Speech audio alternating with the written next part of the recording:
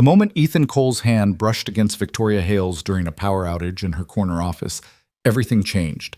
He was there to fix her crashed presentation. She was there to win a case that could define her career. Neither expected the electricity that had nothing to do with the building's faulty wiring. At 47, Victoria had sworn off complications. At 32, Ethan had sworn off women who could break him. But when the lights came back on and their eyes met, they both knew. Some collisions can't be undone. This is their story. If you're watching, hit that like button and drop a comment with your city so I can see how far this journey reaches. Now, let's begin. The elevator climbed 43 floors in silence, and Ethan Cole used every second of it to remind himself this was just another job. Laptop bag slung over one shoulder, toolkit in hand, he watched the numbers tick upward on the digital display. Daniels and Hale, LLP, corporate law firm. Crashed presentation system. Standard Tuesday morning call, except it paid 3 times his usual rate because someone upstairs was desperate. Ethan didn't ask questions when desperation called. He just showed up and fixed things. The doors opened onto a reception area that screamed old money and new power. Marble floors, floor-to-ceiling windows overlooking the city, art that probably cost more than his truck. A woman in her 20s sat behind a curved desk, headset on, typing with the efficiency of someone who'd mastered looking busy. "Ethan Cole for Victoria Hale," he said. She glanced up, sized him up in half a second, jeans, work boots, probably not a client, and pointed down the hallway. "Third door on the left. She's expecting you." He found the office easily enough. The nameplate read Victoria Hale, senior partner in understated gold letters. The door was open, and that's when he saw her. She stood at the window, phone pressed to her ear, her back to him. Tall, maybe 5'8" without the heels. Dark hair pulled back in a way that was professional, but not severe. Black suit that fit like it had been made for her. She was talking fast, her free hand gesturing as she paced. "No, Richard, I don't care what Mitchell thinks. The deposition is scheduled for Friday, and if he's not prepared, that's his problem, not mine. I need those files by end of day, or I'm pulling the exhibit list entirely." She listened for a beat, then cut in. "Because I don't bluff, you know that. So does he." She ended the call with a tap, set the phone on her desk, and turned. That's when Ethan's brain went briefly, unforgivably blank. She wasn't beautiful in the way magazines sold beauty. She was striking. Sharp cheekbones, intelligent gray-green eyes, a mouth that looked like it smiled rarely but meant it when it did. There were fine lines at the corners of her eyes. A few threads of silver in her dark hair. She looked like someone who'd earned every year she'd lived and wasn't apologizing for any of them. She also looked exhausted. "Mr. Cole." Her voice was smoother in person, less clipped than it had been on the phone. She crossed the room, hand extended. "Victoria Hale. Thank you for coming on short notice." Her handshake was firm, confident, professional. And when her fingers touched his, something sparked. Ethan saw it in her eyes, the brief flicker of surprise, quickly shuddered. She felt it too. "No problem," he said, keeping his voice steady. "What are we dealing with?" She gestured toward the laptop on her desk, releasing his hand a fraction of a second slower than necessary. "Presentation for a client meeting in 2 hours. I was making final edits last night, and the file corrupted. IT tried to recover it this morning and made it worse." Ethan set his toolkit down, moved to the desk. "Mind if I take a look?" "Please." He sat, opened the laptop, and immediately saw the problem. Someone had tried to force restore from a backup without checking version compatibility. Amateur mistake, but fixable. Victoria stood just behind his shoulder, close enough that he could smell her perfume, something subtle, expensive, with notes of jasmine and cedar. "How bad is it?" she asked. "Not terrible. Your IT guy panicked and brute forced a restore. I can roll it back, pull the data from temp files, and rebuild the presentation. Give me 20 minutes. 20? She sounded skeptical. Maybe 30 if the temp cache is fragmented. You have the original source files? On the network drive. Perfect. I'll pull from there as backup. She relaxed slightly, leaning against the edge of the desk. You're not what I expected. Ethan glanced up. What did you expect? Someone older, more corporate. I work alone. Harder to look corporate when you're a one-man shop. Why alone? He smiled slightly, turning back to the screen. Because I don't play well with others. That makes two of us. The comment hung in the air, surprisingly personal. Ethan kept typing, pulling file fragments, running recovery protocols. She didn't move away. Can I ask you something? Victoria said after a moment. Sure. Why IT? You don't strike me as someone who spends all day behind a desk. Ethan paused, fingers hovering over the keyboard. That was a loaded question, and she probably didn't realize it. I needed flexible hours, he said carefully, and I'm good with systems. Seemed like a logical fit. Flexible hours for what? He looked at her then, really looked at her, and saw genuine curiosity. Not prying, just interest. I have a daughter, he said. 6 years old. Daycare pickup, school events, doctor's appointments. Doesn't exactly fit a 9-to-5 schedule. Something softened in Victoria's expression. You're raising her alone? Yeah. That must be difficult. It has its moments. Ethan turned back to the laptop, uncomfortable with where this was going. He didn't talk about Lily with clients, didn't talk about the accident, or Sarah, or the 2 years of rebuilding that had followed. This was supposed to be a simple repair job. But Victoria didn't push. She just nodded, respecting the boundary he'd drawn without him having to spell it out. I appreciate you making time for this, she said. I know emergency calls cost extra. Desperation always does. She laughed, short, genuine, surprised. Is that your business model? It's worked so far. The file started rebuilding on screen, slide by slide. Ethan watched the progress bar, acutely aware of Victoria standing close enough that he could feel the warmth of her presence.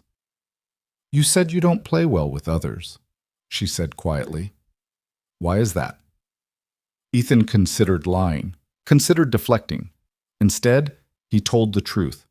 Because most people want things done their way, even when their way is wrong. I'd rather work alone and do it right than compromise and do it half-assed. That, Victoria said, is the most honest thing anyone's said to me in months.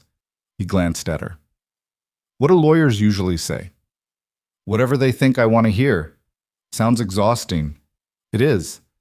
The presentation finished rebuilding. Ethan ran a quick integrity check, confirmed all the slides were intact, then opened the file. Charts, graphs, case citations. Everything looked clean. Done, he said, standing. Everything's back. I saved a backup copy to your desktop just in case. Victoria moved to the chair, scrolled through the slides, her expression shifting from relief to something that looked almost like respect. This is perfect, she said. Better than perfect? You even fixed the formatting issues I'd been fighting with. Figured while I was in there, might as well clean it up. She looked up at him, and for a moment the professional mask slipped. He saw exhaustion underneath and something else. Loneliness, maybe? Or just the weight of carrying too much for too long. Thank you, she said. Really? Just doing my job. No. She stood, meeting his eyes. You went beyond the job. That matters. Ethan felt the air shift between them again, that same electric pull from earlier. He should leave, should pack up his toolkit, send the invoice, and walk away. But he didn't. Can I ask you something now? He said. Fair's fair. Why law? Victoria smiled, but it didn't reach her eyes. Because I was good at arguing, and someone told me I could make a living at it. That's not an answer. No, she admitted. It's not. She turned back to the window, arms crossed, and Ethan saw the weariness settle over her like a coat. I wanted to fix things, she said finally. Injustices. Wrongs that needed righting. I thought law was how you did that. And now?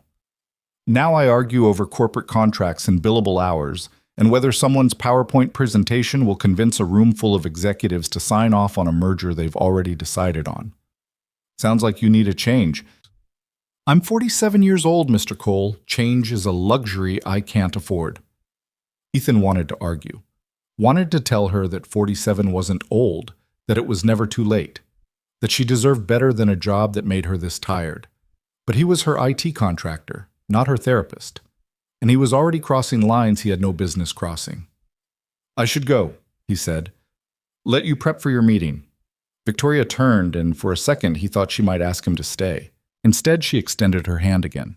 Thank you, Ethan. Send me the invoice? Will do. Her hand lingered in his a beat longer than necessary. Then she let go, and the moment broke. Ethan packed up his toolkit, slung his laptop bag over his shoulder, and headed for the door. He was halfway down the hall when he heard her voice. "Mr. Cole?" He turned. Victoria stood in her doorway, backlit by the floor-to-ceiling windows. And suddenly she didn't look like a senior partner at a high-powered law firm. She looked like a woman taking a chance. "If you're ever in the area," she said, "there's a bookstore cafe 2 blocks south.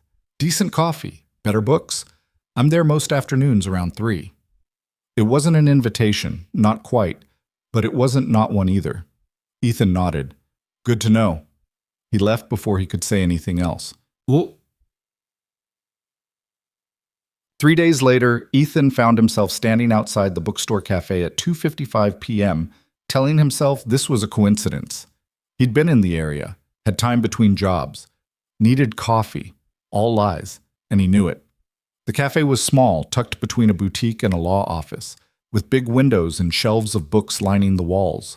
Ethan pushed through the door, and the smell of coffee and old paper hit him immediately. Victoria sat at a corner table, reading glasses perched on her nose, a legal pad covered in notes spread out in front of her. She had a cup of coffee at her elbow and looked completely absorbed. Ethan ordered an Americano, then walked over. "This seat taken?" She looked up, and for a split second, genuine surprise crossed her face. Then she smiled, small but real. "Not anymore." He sat, and Victoria closed her legal pad, setting her glasses aside. "I didn't think you'd come," she said. "I didn't think I would either." "What changed your mind?" Ethan considered the question. Considered lying. Didn't. "I couldn't stop thinking about you." The words landed between them, honest and vulnerable and completely terrifying. Victoria didn't look away. "I couldn't stop thinking about you either," she said quietly, and just like that, they both knew this wasn't a coincidence. It was a choice. They talked for 2 hours. About books and coffee and the weather at first. Safe topics, easy ground. Then deeper. Ethan told her about Lily, about how fatherhood had ambushed him in the best and worst ways. Victoria told him about her divorce 3 years prior, about the slow, painful process of rebuilding a life she'd thought was permanent. "He left you?" Ethan asked, incredulous. "I left him," Victoria corrected, "after I found out about the affairs. Plural." "I'm sorry." "Don't be. It was the best decision I ever made. Just took me 20 years to make it." Ethan shook his head. His loss. "That's generous." "It's true." Victoria studied him across the table, her expression unreadable. "You're very direct." "Is that a problem?" "No." She smiled slightly. "It's refreshing." They kept talking about work, about life, about the strange isolation of being single in a world built for couples. Victoria admitted she'd thrown herself into her career after the divorce, using work as armor against the loneliness. Ethan admitted he'd done the same, except his armor was Lily, building his world so completely around his daughter that there wasn't room for anything else. "Do you ever regret it?" Victoria asked, "being alone?" "Every day," Ethan said, "and never. It's complicated." "I understand complicated." She did. He could see it in her eyes. When they finally left the cafe, the sun was setting, painting the city in shades of gold and amber. They stood on the sidewalk, neither quite ready to say goodbye. "I'd like to do this again," Victoria said. "So would I." "Are you sure?" She looked at him seriously. "Because I'm not easy, Ethan. I'm demanding, I'm stubborn, and I come with a lot of baggage." "I have a 6-year-old daughter and trust issues," Ethan said. "I think we're even." Victoria laughed, and the sound was warm and genuine and did something dangerous to Ethan's carefully guarded heart. "Same time next week?" she asked. "It's a date." The word hung between them, weighted with possibility. "Yes," Victoria said softly. "I suppose it is." Much. The next 3 weeks unfolded in a series of stolen afternoons. The bookstore cafe became their place. 3 o'clock. Every Thursday, like clockwork. Sometimes they talked for an hour. Sometimes 3. They shared stories, traded observations, debated everything from politics to literature to whether pineapple belonged on pizza. Victoria said yes. Ethan was appalled. It was easy, comfortable, and utterly terrifying. Because Ethan knew what was happening, even if neither of them said it out loud. He was falling for her. for her sharp intelligence, her dry humor, the way she listened like his words mattered, for the vulnerability she showed him in careful doses, like trust was a currency she'd learned to spend wisely. And he was pretty sure she was falling for him too. He saw it in the way she smiled when he walked in, the way she leaned forward when he talked, genuinely interested, the way her hand would brush his across the table, casual but deliberate. But there was a wall between them, invisible but real. They talked about everything except the one thing that mattered, what they were doing, what this was, where it could possibly go. Because the obstacles were obvious. She was 47, he was 32. She was a senior partner at a prestigious law firm. He was a freelance IT contractor who worked out of his apartment. She had a corner office and a six-figure salary. He had a 6-year-old daughter and a used truck. On paper, they made no sense. But in person, in the quiet corner of that bookstore cafe, they made perfect sense. It was Victoria who finally said what they were both thinking. They were 4 weeks into their Thursday ritual when she set down her coffee and looked at him with an expression he couldn't quite read. "I need to tell you something," she said. Ethan's chest tightened. "Okay." "I like you, Ethan. More than I should. More than I planned." Relief and fear hit him simultaneously. But I don't know if this is fair to you." "What do you mean?" Victoria looked down at her hands. "I'm 15 years older than you. I'm set in my ways. I work 60-hour weeks. I have battle scars and baggage and a tendency to retreat when things get difficult." She looked up, and her eyes were honest and afraid. "I don't know if I'm what you need." Ethan reached across the table, covered her hand with his. "Can I tell you what I need?" he said quietly. She nodded. "I need someone who sees me, who doesn't try to fix me or change me or fit me into some idea of who I should be. I need someone honest, even when it's hard, someone strong enough to carry their own weight and stubborn enough to call me on my bullshit." He squeezed her hand. "That's you, Victoria. Age doesn't change that." "People will talk," she said. "They'll make assumptions. They'll judge. Let them. It won't bother you? The only opinion I care about is yours." Victoria's eyes glistened, but she didn't look away. "What about Lily? What about her?" "I don't have children, Ethan. I don't know how to be a mother. I don't even know if I'd be good at it." "I'm not asking you to be her mother," Ethan said. "I'm asking you to be you. If this goes somewhere, if we let it, Lily will meet you as you, not as a replacement for anyone, just Victoria. And if she doesn't like me, then we figure it out together." He paused. "But I have a feeling she'll love you." "Why?" "Because I do." The words came out before Ethan could stop them, raw, unplanned, completely true. Victoria stared at him, and for a long moment she didn't speak. Then she turned her hand over, lacing her fingers through his. "I love you too," she said quietly, "and it scares the hell out of me." "Me too." They sat there, hands clasped across the table, both of them terrified and exhilarated and something close to happy. "So what do we do?" Victoria asked. "We stop hiding," Ethan said. "We stop pretending this is just coffee and conversation. We call it what it is." "And what is it?" "A relationship. A real one." Victoria smiled, fragile but genuine. "I haven't had one of those in a long time." "Neither have I." "I'm going to mess this up," she warned, "probably multiple times. So will I. I'm terrible at asking for what I need. I'm terrible at trusting people. I work too much. I overthink everything." Victoria laughed, and Ethan realized he'd never tire of that sound. "We're a disaster," she said. "Yeah," Ethan agreed, "but we're a disaster together." She leaned forward, and he met her halfway, and when their lips touched, the world narrowed to just this, the taste of coffee and possibility, the gentle pressure of her mouth on his, the feeling of something broken inside him slowly beginning to heal.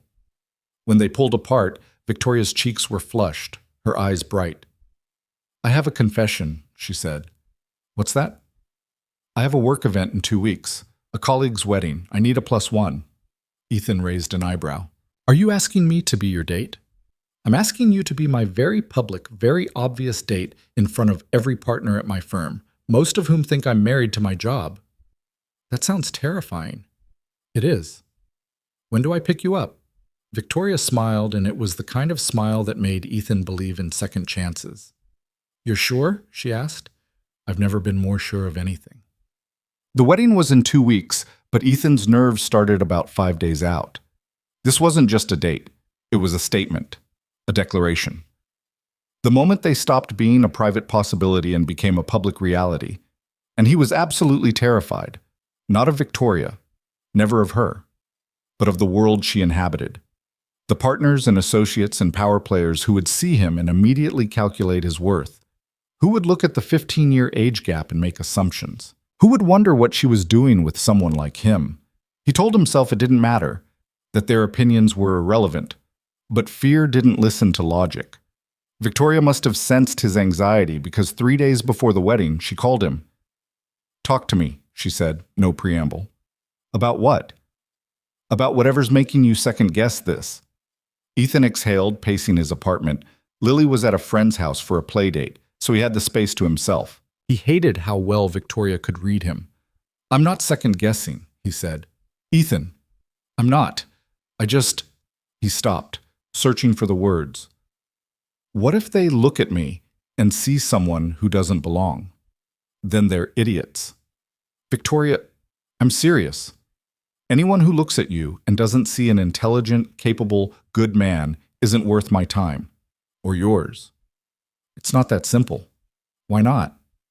Because you're you, senior partner, top of your field. And You're what? Her voice was sharp now, protective. A single father who built a business from scratch while raising a child alone? A man who's honest and kind and doesn't play games? Someone who sees me as a person instead of a title? Someone who's 15 years younger than you and makes a fraction of what you do. Silence on the other end. Is that what you think this is about? Victoria said finally, her voice quiet. Money? Status? No, but it's what they'll think. Then let them. She paused, and when she spoke again, her voice was softer. Ethan, I've spent 30 years caring what people think, building a career, a reputation, an image, and you know what it got me? A corner office and an empty apartment. Another pause. You're the first real thing I've had in years. The first person who makes me feel like myself instead of a version of myself I'm supposed to be. If we walk into that wedding together and people judge, that's their problem, not ours. Ethan closed his eyes, leaning against the wall. You're good at this. At what? Talking me down. I'm a lawyer. It's what I do. He smiled despite himself. I'm still nervous. So am I. You're never nervous. I'm nervous every time I see you, Victoria admitted. I'm nervous that I'll say the wrong thing, or push too hard, or not push hard enough. I'm nervous that I'll screw this up because I don't know how to do this anymore. How to let someone in. How to be vulnerable. She took a breath. But I'm doing it anyway, because you're worth the risk. Ethan's throat tightened. Victoria. Be my date, Ethan. Stand next to me and let the world see what I already know, that you're exactly where you're supposed to be. He didn't hesitate. Okay. Okay? Yeah. I'll be there. He could hear her smile through the phone. Thank you. Victoria? Yeah? I'm proud to be with you. I need you to know that. I know, she said softly. And I'm proud to be with you too. The wedding was at a waterfront venue, all white linens and string lights and a view of the harbor that probably cost more than Ethan's annual income. He picked Victoria up at her apartment, a sleek, modern space in a downtown high-rise that suited her perfectly. When she opened the door, he forgot how to breathe. She wore a deep blue dress that hugged her figure without being obvious about it, her hair down for once, falling in soft waves around her shoulders. Simple jewelry, heels that brought her almost to his height. She looked stunning. You clean up nice, she said, eyes traveling over his charcoal suit. You too. Ethan stepped inside and she closed the door behind him. Victoria, you look... She kissed him before he could finish, her hands sliding up to his shoulders, and Ethan forgot what he was going to say entirely. When she pulled back, her lipstick was smudged, and she smiled like she didn't care. Sorry, she said, not sounding sorry at all. I've been wanting to do that all day. Don't apologize. She grabbed her clutch, checked her reflection one last time, then turned to him with an expression that was half confidence, half terror. Ready? She asked. Are you? No, but let's do it anyway. They drove to the venue in Ethan's truck, which felt absurd. Victoria in her designer dress, climbing into a 10-year-old Ford, but she didn't complain. Just kicked off her heels, tucked her feet under her, and watched the city slide past the window. Tell me about the bride, Ethan said. Rebecca, associate at the firm, smart, ambitious, too nice for her own good. She's marrying another lawyer, James, works in tax law. Sounds thrilling, Victoria smiled. It's not, but they're happy, and that's what matters. Will your ex be there? She glanced at him. Probably. Does that bother you? Should it? No, we're civil, professional.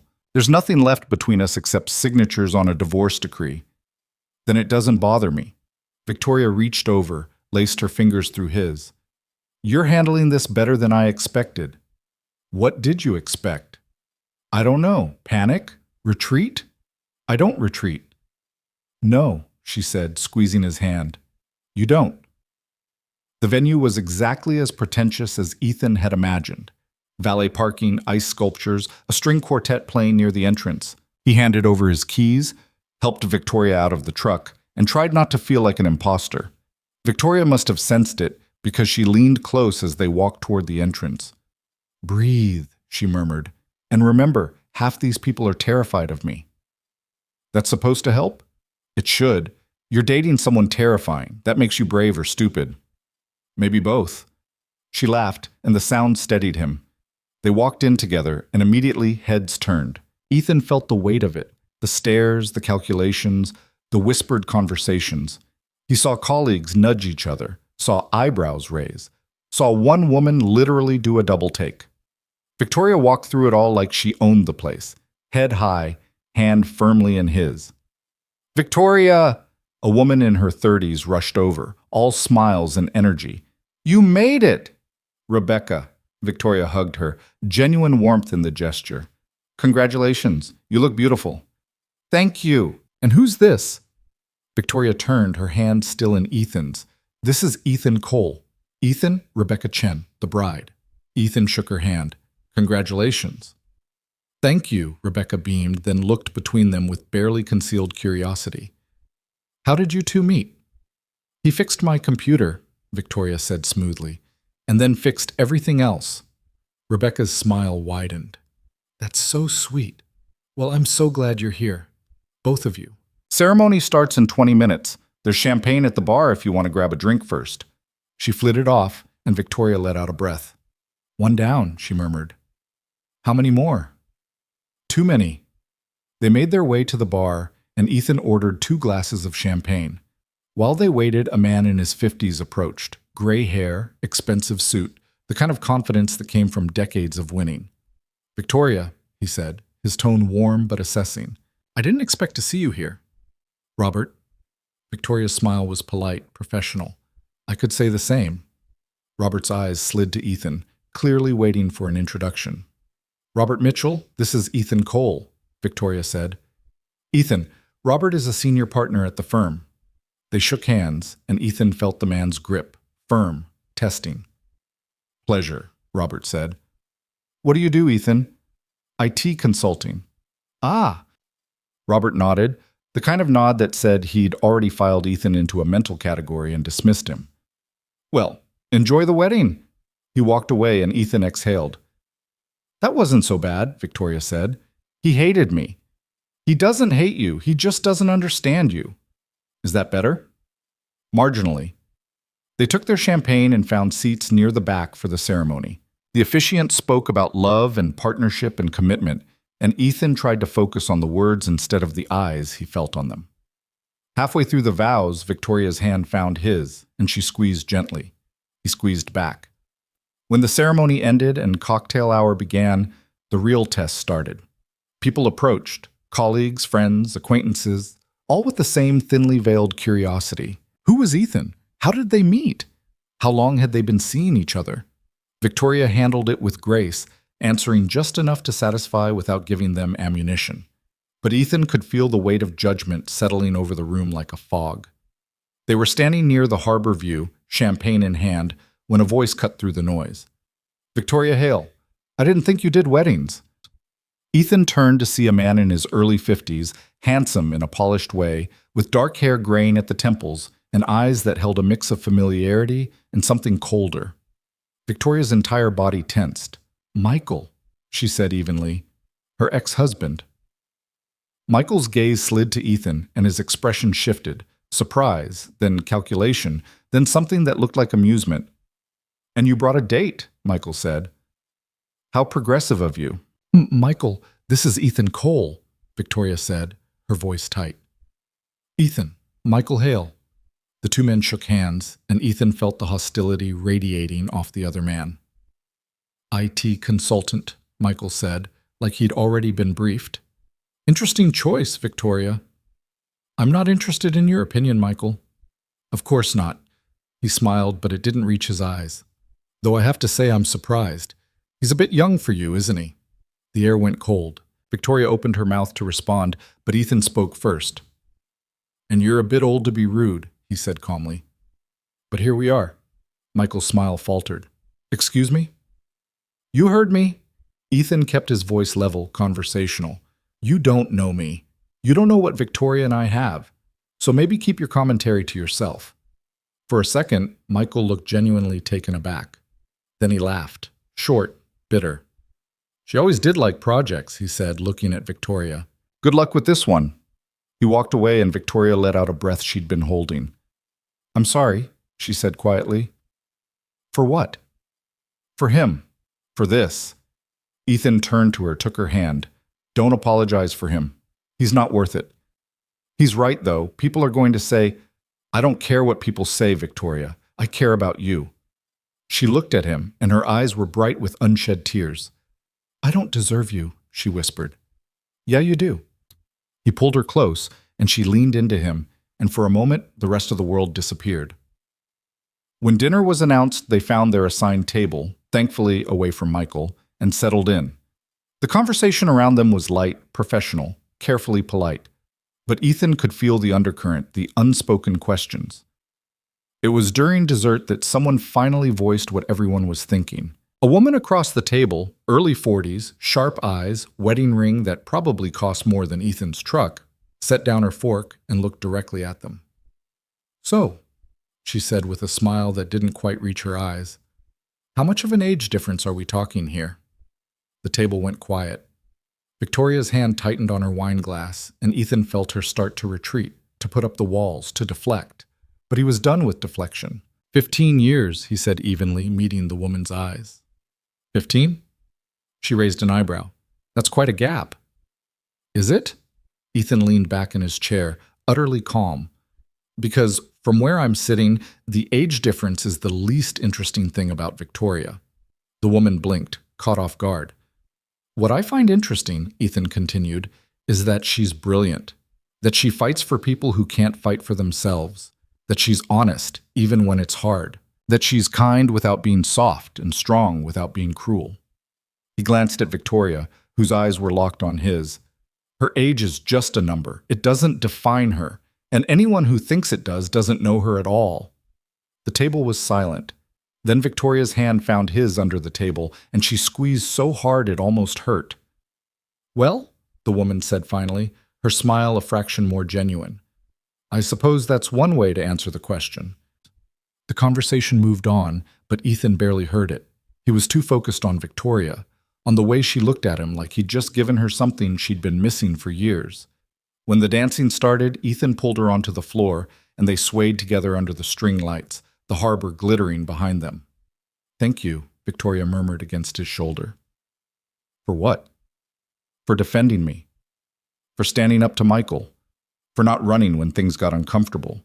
I told you, I don't retreat." She pulled back just enough to look at him, and her expression was raw with emotion. "I love you," she said. "I know I've said it before, but I need you to hear it now. I love you, Ethan Cole. Completely. Terrifyingly. Truly." Ethan's chest tightened, and he cupped her face in his hands. I love you too, Victoria Hale, and I'm not going anywhere. They kissed there, in the middle of the dance floor, surrounded by people who judged and whispered and calculated. And for the first time, neither of them cared, because they had each other. And that was enough.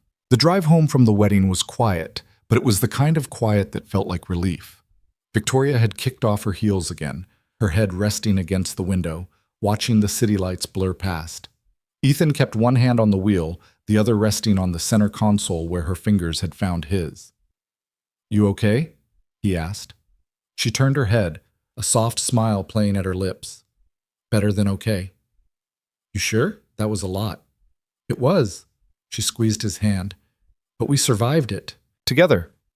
Ethan glanced at her, then back at the road. Your ex is a piece of work. Michael has always been Michael. Charming when he wants something, cruel when he doesn't get it. How did you stay with him for 20 years? Victoria was quiet for a long moment. When she spoke, her voice was thoughtful, not defensive. Because I thought that's what commitment meant, staying even when it's hard, working through problems. I didn't realize there's a difference between fighting for something worth saving and fighting a battle you've already lost. When did you realize? The night I found the receipts for the hotel rooms. The third affair, or maybe the fourth. I'd stopped counting by then. She looked down at their joined hands. I sat in my car in the parking garage of our building for 2 hours, just staring at those receipts. And I realized I wasn't angry anymore. I was just tired. What did you do? I went upstairs, packed a bag, and left. Filed for divorce the next morning. He tried to fight it at first, but his lawyers convinced him that dragging it out would only cost him more in the settlement. Did he ever apologize? Once, at the final hearing. He said he was sorry things didn't work out. Victoria's laugh was bitter, like we were a business deal that fell through instead of a marriage. Ethan pulled up to a red light, turned to look at her fully. You deserve better than that. I know that now. Her eyes met his. And I have better. I have you. The light turned green, but Ethan didn't move immediately. A car behind them honked, breaking the moment, and he pulled forward. Come home with me, he said quietly. Victoria's breath caught. Ethan, not like that. I mean, unless you want... He stopped, regrouped. Lily's at my sister's for the weekend. The apartment's empty. I don't want to say goodnight yet. She didn't hesitate. Okay. 20 minutes later, they were climbing the stairs to his third-floor walk-up. It wasn't much. A 2-bedroom in an older building, the kind of place that was clean but worn, functional but far from fancy. Ethan had always been slightly embarrassed by it, especially compared to Victoria's sleek downtown high-rise. But she walked in like she belonged there, setting her clutch on the kitchen counter and looking around with genuine interest. This is nice, she said. You don't have to lie. I'm not. She ran her hand along the back of his couch, second-hand but comfortable. Feels like a home, like people actually live here. As opposed to your place? My place feels like a hotel room I've been staying in for 3 years. She turned to him. This feels real. Ethan loosened his tie, suddenly self-conscious. You want something to drink? I've got wine, beer, orange juice. Wine would be good. He poured 2 glasses of red, handed her one, and they settled on the couch. Victoria tucked her legs under her, the blue dress pooling around her, and Ethan thought again how surreal this was.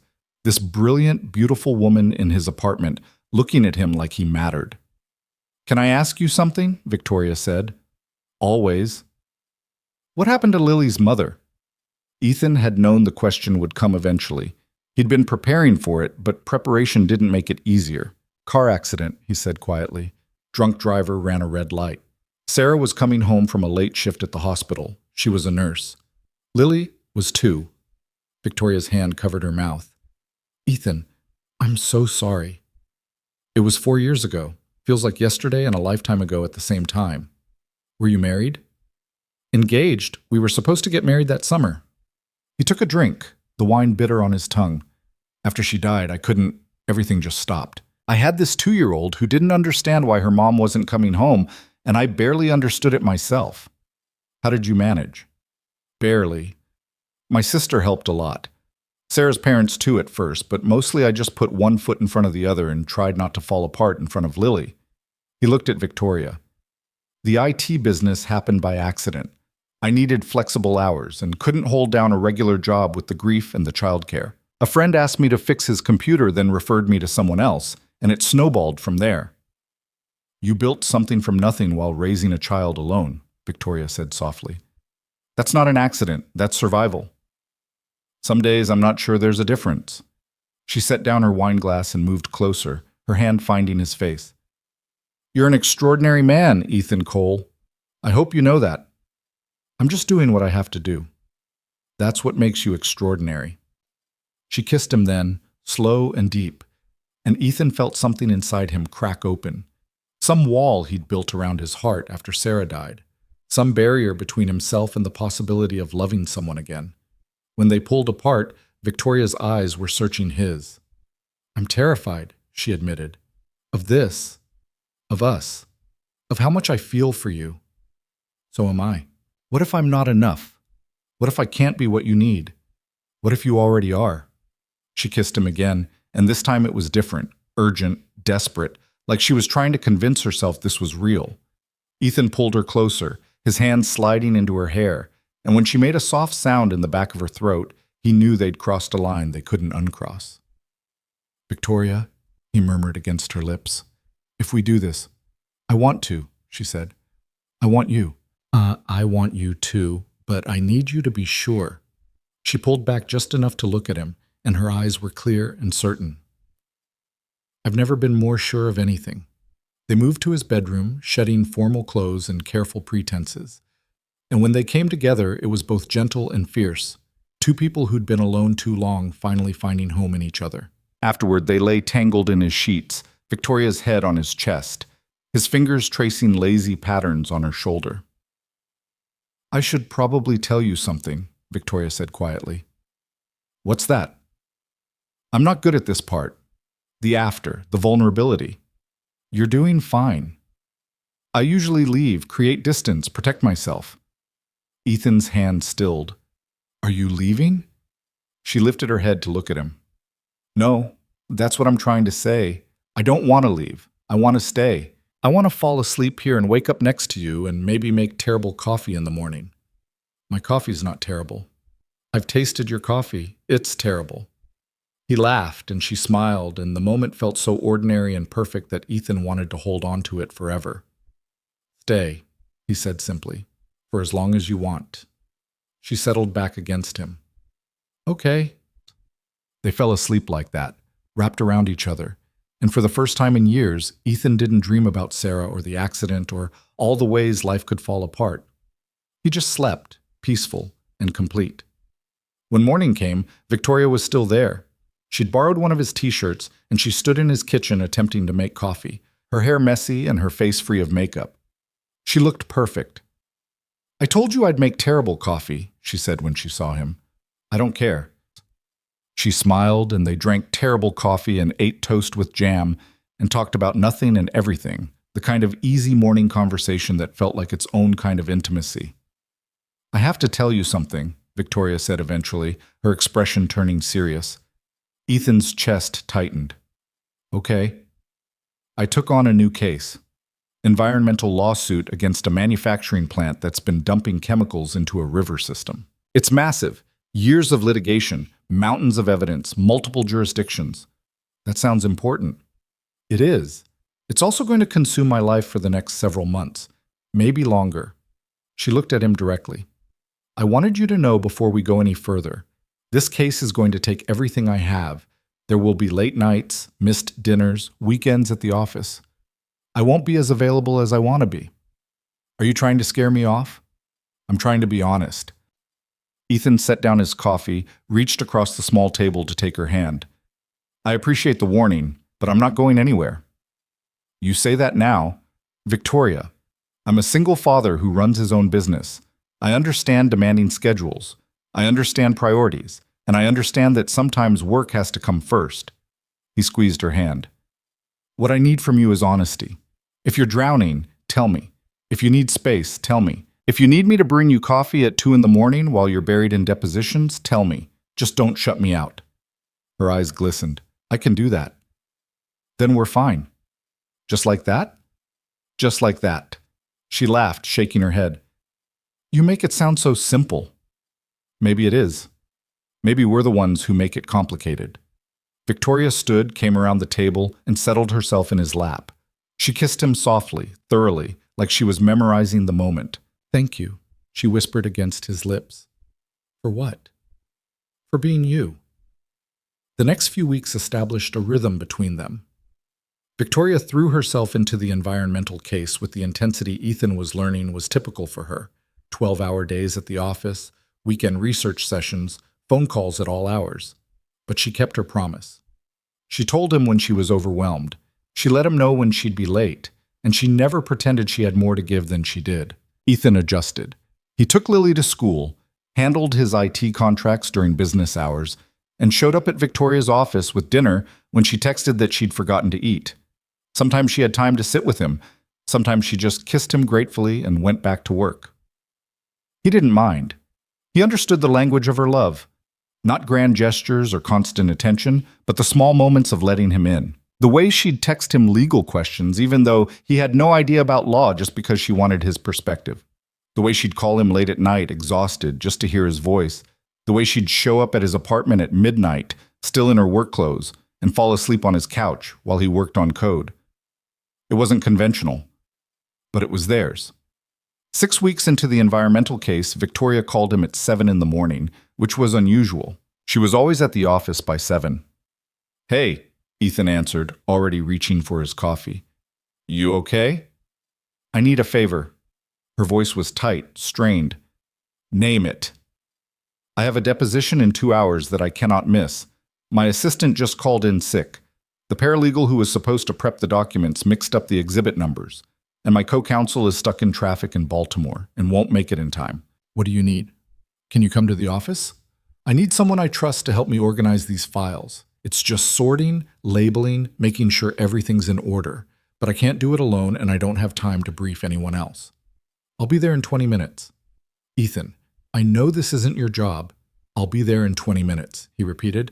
Text me the address. He dropped Lily at school, broke a few traffic laws getting downtown, and arrived at Victoria's office to find her in full crisis mode. Jacket off, sleeves rolled up, papers spread across every surface. She looked up when he walked in, and relief flooded her face. You're a lifesaver. Tell me what to do. She did. For the next 90 minutes, they worked in tandem, Ethan sorting documents by exhibit number, Victoria reviewing each one, both of them moving with the efficiency of people who understood high-pressure situations. They didn't talk much, didn't need to. The work spoke for itself. With 15 minutes to spare, Victoria had everything she needed organized in 3 binders, exhibits tabbed and ready. You're incredible, she said, looking at the finished product. I just followed your instructions. No, you showed up. You didn't ask questions or make me explain why this matters.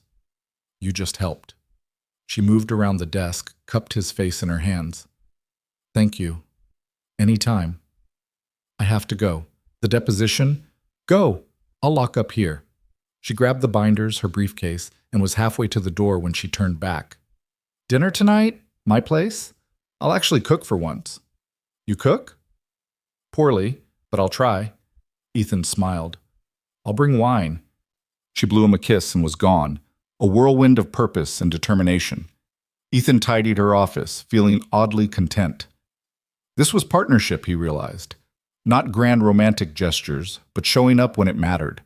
Being useful, being present. He could do this.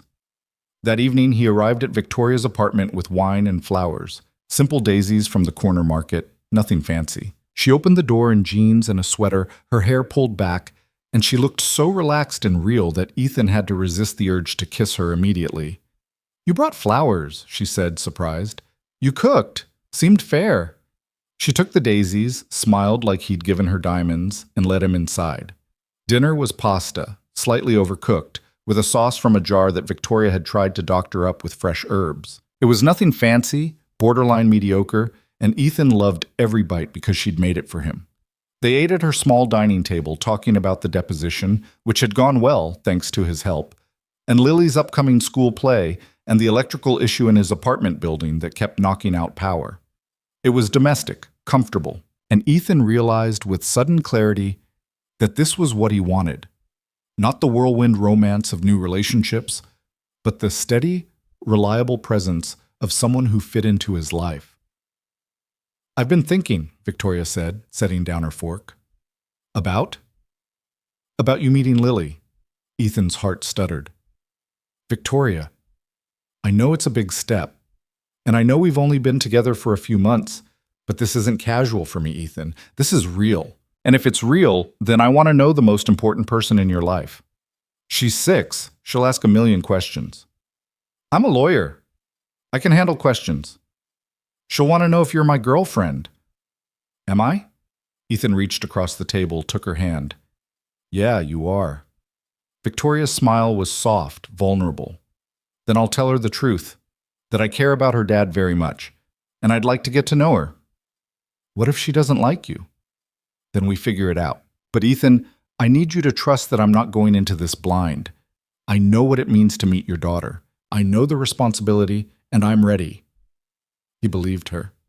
He could see it in her eyes, the determination, the sincerity, the understanding of how much this mattered. "Okay," he said, "but we do this slowly. Casual at first. Maybe ice cream or the park. Nothing that feels like pressure. Whatever you think is best. And if at any point you're uncomfortable, I'll tell you, I promise." They met the following Saturday at a park near Ethan's apartment. Lily had been bouncing off the walls all morning when he told her a friend of his wanted to meet her. "Is she nice?" Lily asked for the 15th time. "Very nice." "Does she like swings?" "I don't know. You'll have to ask her."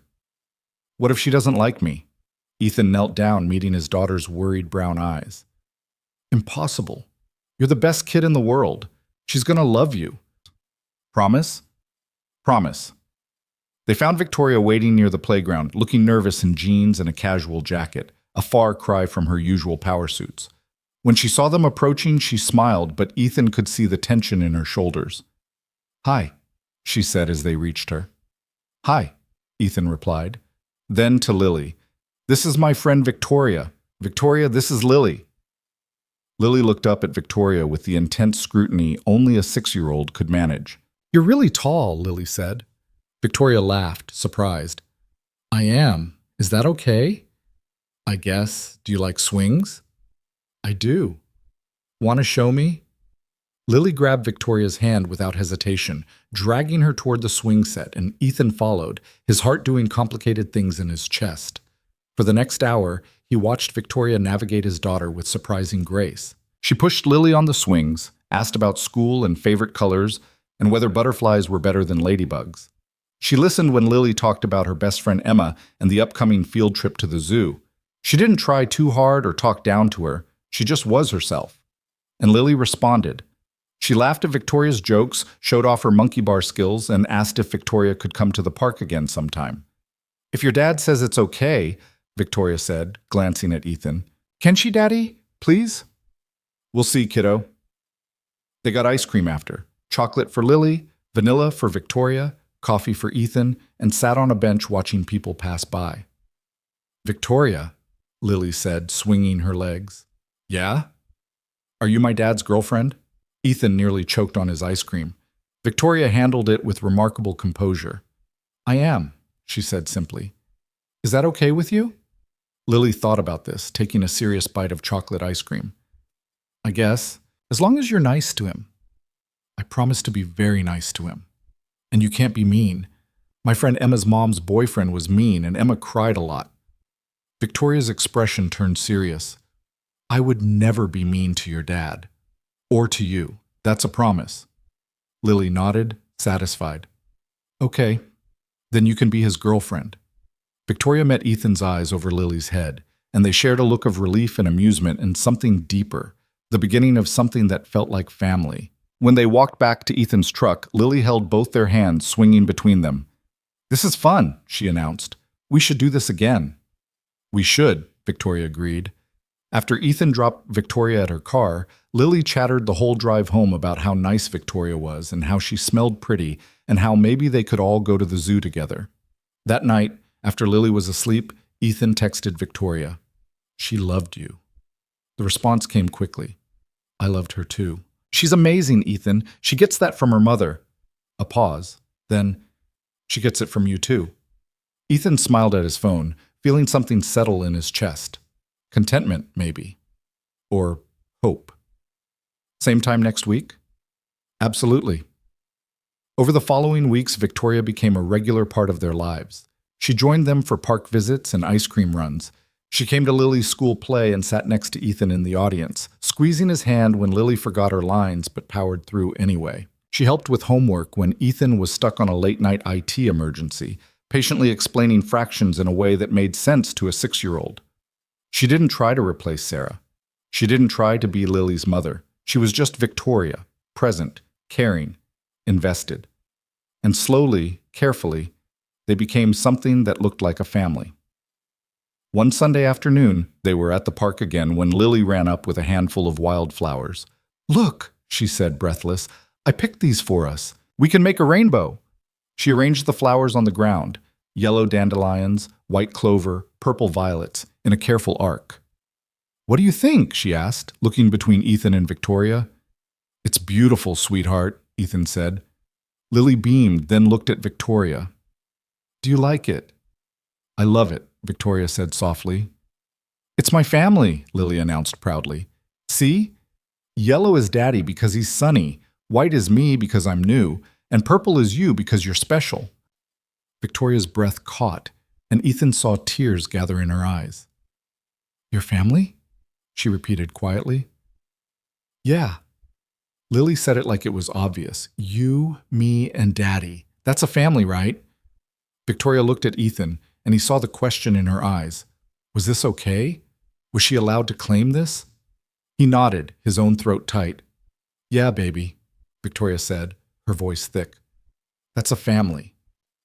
Lily threw her arms around Victoria's waist, and Victoria held her, and Ethan stood there watching the two most important people in his life embrace, feeling like everything broken inside him had finally started to heal. That night, after Lily was in bed, Victoria sat on Ethan's couch, unusually quiet. "You okay?" he asked, settling beside her. "She called us a family." "She did." "Ethan, Victoria's voice broke. "I never thought I'd have this. A family. After the divorce, after everything, I thought I'd missed my chance." "You didn't miss anything. You're right on time." She turned to him, tears streaming down her face. "I love you. I love Lily. I love this life we're building, and it terrifies me because I don't know how to protect it." "You don't have to protect it alone. That's what partnership means." She kissed him then, desperate and grateful, and Ethan held her while she cried, for the years she'd spent alone, for the family she thought she'd never have, for the overwhelming relief of finally belonging somewhere. When she pulled back, her eyes were red but clear. "I'm all in," she said. "Whatever this is, wherever it goes, I'm all in. So am I. Even when it's hard? Especially when it's hard." She smiled through her tears, and Ethan kissed her forehead, her cheeks, her lips, sealing the promise they'd just made. They stayed on the couch long into the night, talking about the future, about where this was going, about what family meant, about the terrifying, exhilarating possibility of building something permanent together.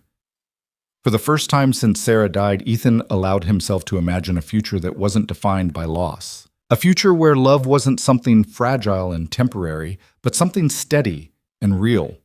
A future with Victoria. And as he held her in his arms, her head resting on his chest, he knew with absolute certainty that he'd found something worth fighting for. Something worth keeping. Something that felt impossibly like home. 3 months into what felt like forever, Ethan woke to his phone buzzing at 5 a.m. Victoria's name lit up the screen and he answered immediately, already sitting up. "What's wrong?" "Nothing's wrong." Her voice was tight with controlled excitement. "We won the preliminary injunction. The judge signed the order an hour ago. The plant has to stop dumping immediately." "Victoria, that's incredible." "It's not over, not by a long shot. But it's a start. It's proof we can actually win this thing." He could hear the exhaustion beneath her excitement, the weight of months of relentless work finally showing results. "When's the last time you slept?" he asked. "I don't remember. Tuesday?" "It's Friday." "Is it?" She laughed, brittle and stretched thin. I should probably fix that. Come over. I'll make breakfast. You can crash on my couch. Ethan, it's 5 in the morning, and you just won a major victory. You should celebrate with people who love you. Silence on the other end. Then quietly, okay, give me an hour. She showed up 90 minutes later looking like she'd walked through a war zone. Her suit was wrinkled, her hair falling out of its clip, dark circles under her eyes that makeup couldn't hide. She was holding a briefcase in one hand and her heels in the other. Ethan took one look at her and pulled her inside. Couch. Now. I can't. I have to prepare the response brief for the opposition's inevitable appeal, and there's a conference call with the environmental scientists at 10, and Victoria. He took the briefcase from her hand, set it down, then cupped her face gently. You're running on empty. If you don't rest, you're going to crash, and that won't help anyone. I know, Her voice cracked. If I stop, I'm afraid I'll fall apart. Then fall apart. I'll catch you. She did. The tears came sudden and overwhelming, months of stress and exhaustion, and the sheer weight of carrying a case this massive finally breaking through. Ethan held her while she sobbed, rubbing her back, murmuring that she was safe, that she could let go. When the storm passed, Victoria pulled back, wiping at her eyes. I'm sorry, she said. Don't be. I'm a mess. You're human. There's a difference. She laughed shakily, and Ethan led her to the couch, grabbed a blanket, and wrapped it around her shoulders. Stay here. I'm making pancakes. Lily is at my sister's for the weekend. It's just us. Victoria curled into the couch, pulling the blanket close, and watched him move around the kitchen. He made pancakes from scratch, Lily's favorite recipe, and coffee strong enough to wake the dead. When he brought her a plate, she took one bite and closed her eyes. This is really good. Don't sound so surprised. I'm learning you have hidden talents. Lots of them. She smiled, and for the first time in weeks, it reached her eyes. They ate in comfortable silence, and afterward, Victoria stretched out on the couch, her head in Ethan's lap, while he ran his fingers through her hair. Tell me about the case, he said. You don't want to hear about environmental law. I want to hear about what matters to you. So she told him about the river system that had been poisoned for decades, the communities downstream who'd been drinking contaminated water, the children with elevated lead levels and respiratory problems, about the manufacturing company that had known about the dumping and covered it up, prioritizing profit over people. That's why this matters, she said quietly. It's not about the money or the headlines. It's about making sure no one else's kid gets sick because some executive decided their quarterly earnings were more important than human lives. Ethan's hand stilled in her hair. You're amazing. You know that? I'm just doing my job. No, you're fighting for people who can't fight for themselves. That's not just a job. That's a calling.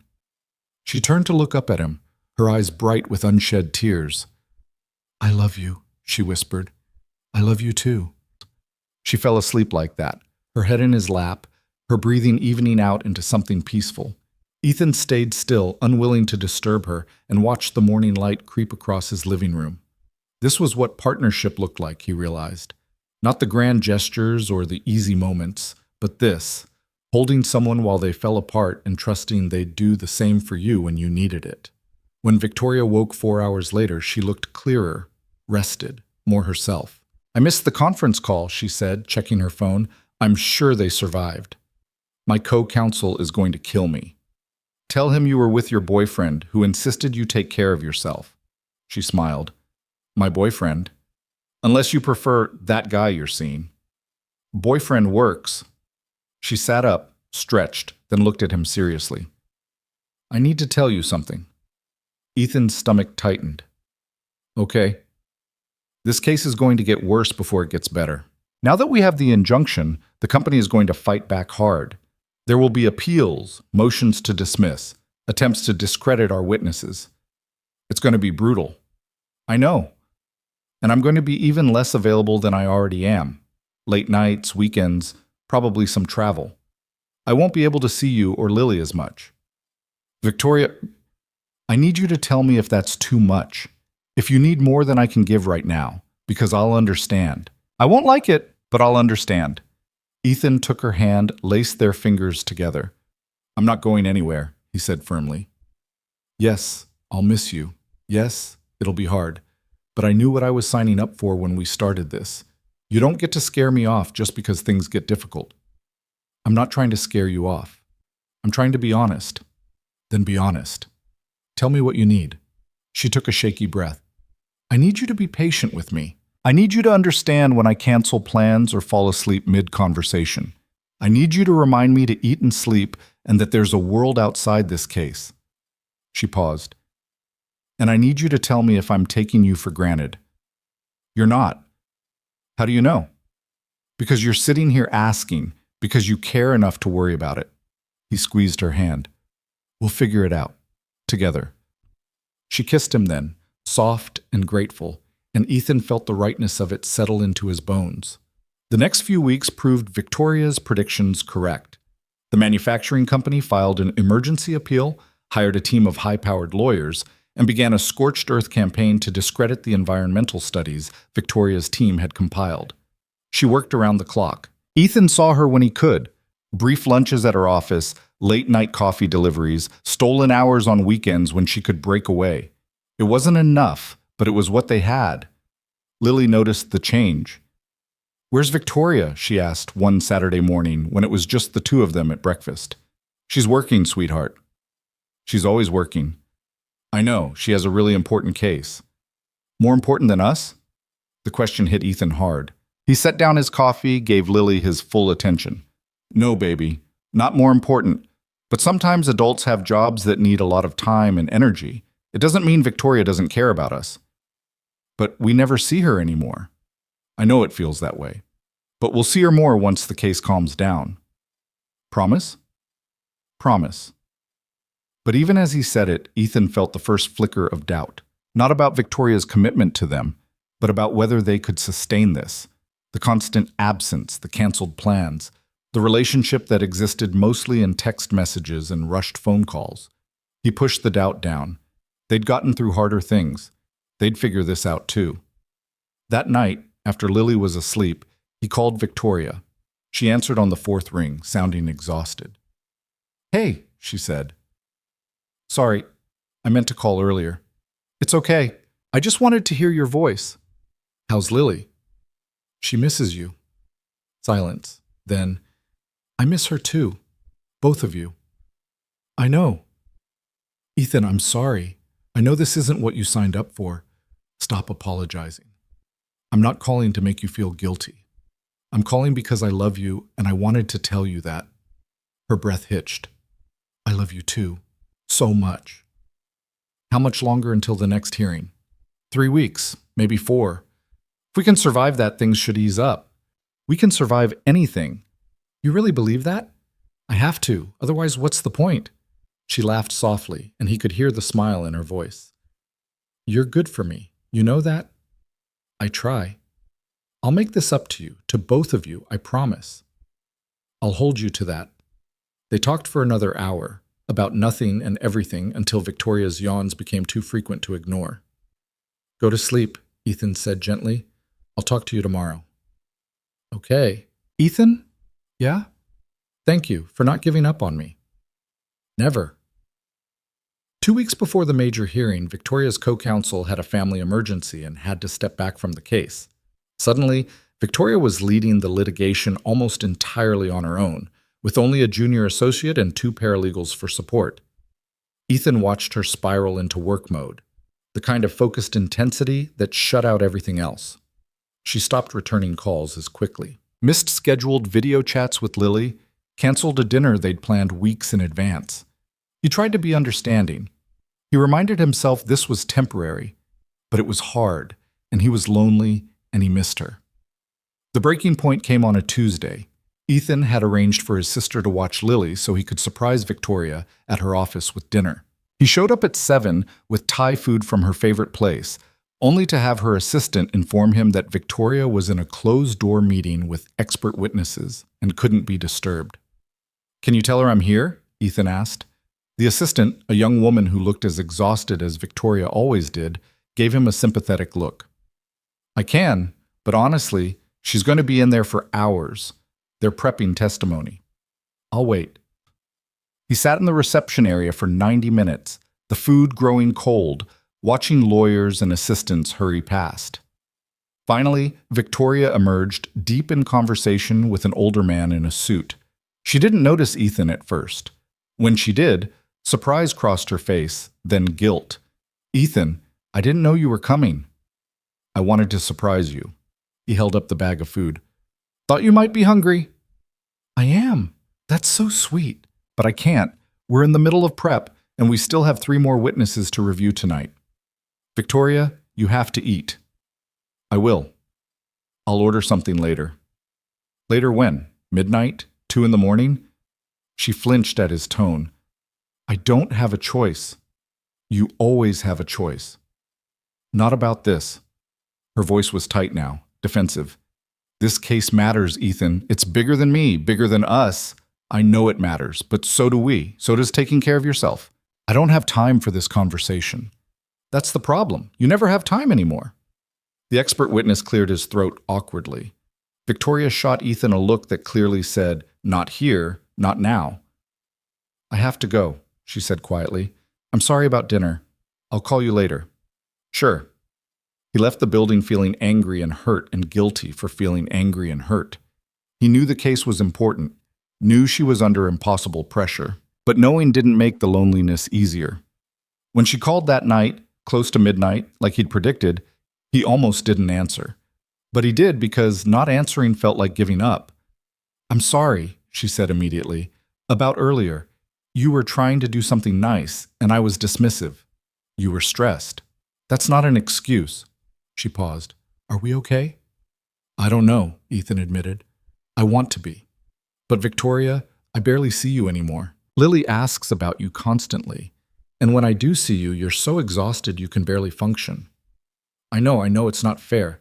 It's not about fair. It's about sustainable. Can we actually do this? Can we have a relationship when your job takes everything you have?" Silence stretched between them, heavy with fear and uncertainty.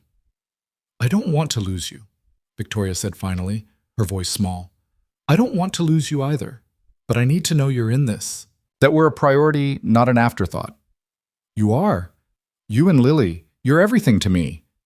"Then show me, not with words, with actions." "Okay." Her voice was stronger now, determined. "After this hearing, 3 more weeks. I'll take time off. Real time. We'll go somewhere, just the 3 of us. No work, no phone calls, no distractions." "You promise?" "I promise." Ethan wanted to believe her. He did believe her. But he also knew how many promises had been broken under the weight of this case. 3 weeks, he said. "We can do 3 weeks. We can do anything." He hoped she was right. The 3 weeks crawled by. Victoria practically lived at the office, surviving on coffee and determination. Ethan kept his distance, giving her space to work while trying to manage his own disappointment. But he also started thinking about the future, about what it would mean to build a life with someone whose career could swallow them whole at any moment, about whether he could really do this long term, or if he was setting himself up for heartbreak. He didn't have answers. He just had hope that after the hearing, things would get better. The hearing itself was scheduled for a Thursday. Victoria called him the night before, sounding nervous. "Tomorrow's the big day," she said. "You ready?" "As ready as I'll ever be. The testimony is solid. The evidence is overwhelming. But you never know how a judge will rule." "You've got this." "I hope so." She paused. "Will you be thinking of me?" "Every minute." "I wish you could be there." "Me too, but you don't need me there. You've got everything you need right here." He tapped his chest even though she couldn't see. "You're brilliant, Victoria. Trust that." "I love you." "I love you too. Now get some sleep. Tomorrow you're going to change lives." The hearing lasted all day. Ethan checked his phone obsessively, waiting for updates. He got periodic texts from Victoria, short, terse updates during recesses. The company's lawyers were fighting hard. Their witnesses were holding up. The judge was asking tough questions of both sides. By 6 that evening, Ethan was ready to climb the walls. Finally, at 7:30, his phone rang. "We won." Victoria's voice was thick with emotion. The judge ruled in our favor on every major point. The company has to pay for cleanup, compensate affected families, and implement new safety protocols. It's everything we wanted. Victoria, that's incredible. I'm so proud of you. I couldn't have done it without you. Knowing you were there, believing in me, it kept me going. When can I see you? Now. I'm leaving the office now. Can I come over? Please. She arrived an hour later, still in her court suit, her eyes red from crying. Ethan pulled her into his arms, and she collapsed against him. I can't believe it's over, she whispered. It's over. You won. We won. Those families, they're going to get justice. Their kids are going to be safe. Because of you. She pulled back, looked at him with an intensity that took his breath away. I need to tell you something. Okay? These past few months have been hell. Not because of the case, but because I felt like I was losing you. Like I was choosing between my career and the people I love. And I hated it. Victoria, let me finish. I realized something during this case. I don't want to live like this anymore. Working myself to death, missing out on life, sacrificing everything for a job that will never love me back. She took his hands. I want balance. I want time with you and Lily. I want to be present, not just physically, but emotionally. I want to build a life, not just a career. Ethan's throat tightened. What are you saying? I'm saying I'm making changes. I'm stepping back from the partnership track. I'm going to take fewer cases, work reasonable hours, and actually have a life outside the office. She smiled, tentative but genuine. I want that life to be with you. Are you sure? Your career? Will still be there, just in a healthier form. I'm good at what I do, Ethan. I'll always have work. But I won't always have this chance to be with someone who sees me, who loves me, who makes me want to be better. She cupped his face. You and Lily. You're my priority now. Not work. You. Ethan kissed her, pouring every ounce of relief and love and hope into it. When they pulled apart, they were both crying. I believe you, he said, and I'm all in. Whatever comes next, we do it together. Together, she agreed. They spent that night talking about the future, about the vacation they'd take, a week at the beach, just the three of them. About Victoria scaling back her caseload and Ethan expanding his business. About what it might look like to actually build a life together instead of just stealing moments between obligations. I want more of this, Victoria said, curled against him on the couch. More quiet nights, more family dinners, more of Lily's laughter and your terrible coffee, and feeling like I'm exactly where I'm supposed to be. You are where you're supposed to be. I know, she smiled. I finally know. The next morning, Victoria called her managing partner and had a long, difficult conversation about restructuring her role at the firm. She'd stay on as senior counsel, but she was stepping off the partnership track and limiting her caseload to 20 hours a week. Her colleagues were shocked. Her ex-husband, when he heard through the grapevine, called her an idiot for throwing away her career. Victoria didn't care. For the first time in her life, she'd chosen herself and the people she loved over other people's expectations. And it felt like freedom. True to her word, 3 weeks later, they packed up Ethan's truck and drove to the coast. They rented a small beach house with a view of the ocean and spent 7 days doing absolutely nothing productive. They built sandcastles with Lily. They walked the beach at sunset. They cooked meals together and played board games and stayed up late talking about everything and nothing. Victoria taught Lily how to look for sea glass. Ethan taught Victoria how to skip stones. They collected shells and flew a kite and watched dolphins play in the surf. One afternoon, while Lily napped inside, Ethan and Victoria sat on the porch, watching the waves roll in. This is perfect, Victoria said softly. Yeah, it is. Thank you. For what? For not giving up on me. For believing we could make this work even when I wasn't sure. I never doubted us. Not really. She took his hand, pressed a kiss to his knuckles. I want this to be our life. Not a vacation, but our actual life. Peace, family, presence. We can make that happen. I know. She smiled. We already are. That night, after dinner and bedtime stories and tucking Lily in, Victoria pulled Ethan onto the porch under a sky full of stars. I've been thinking, she said. About? About us. About what comes next. Ethan's heart stuttered.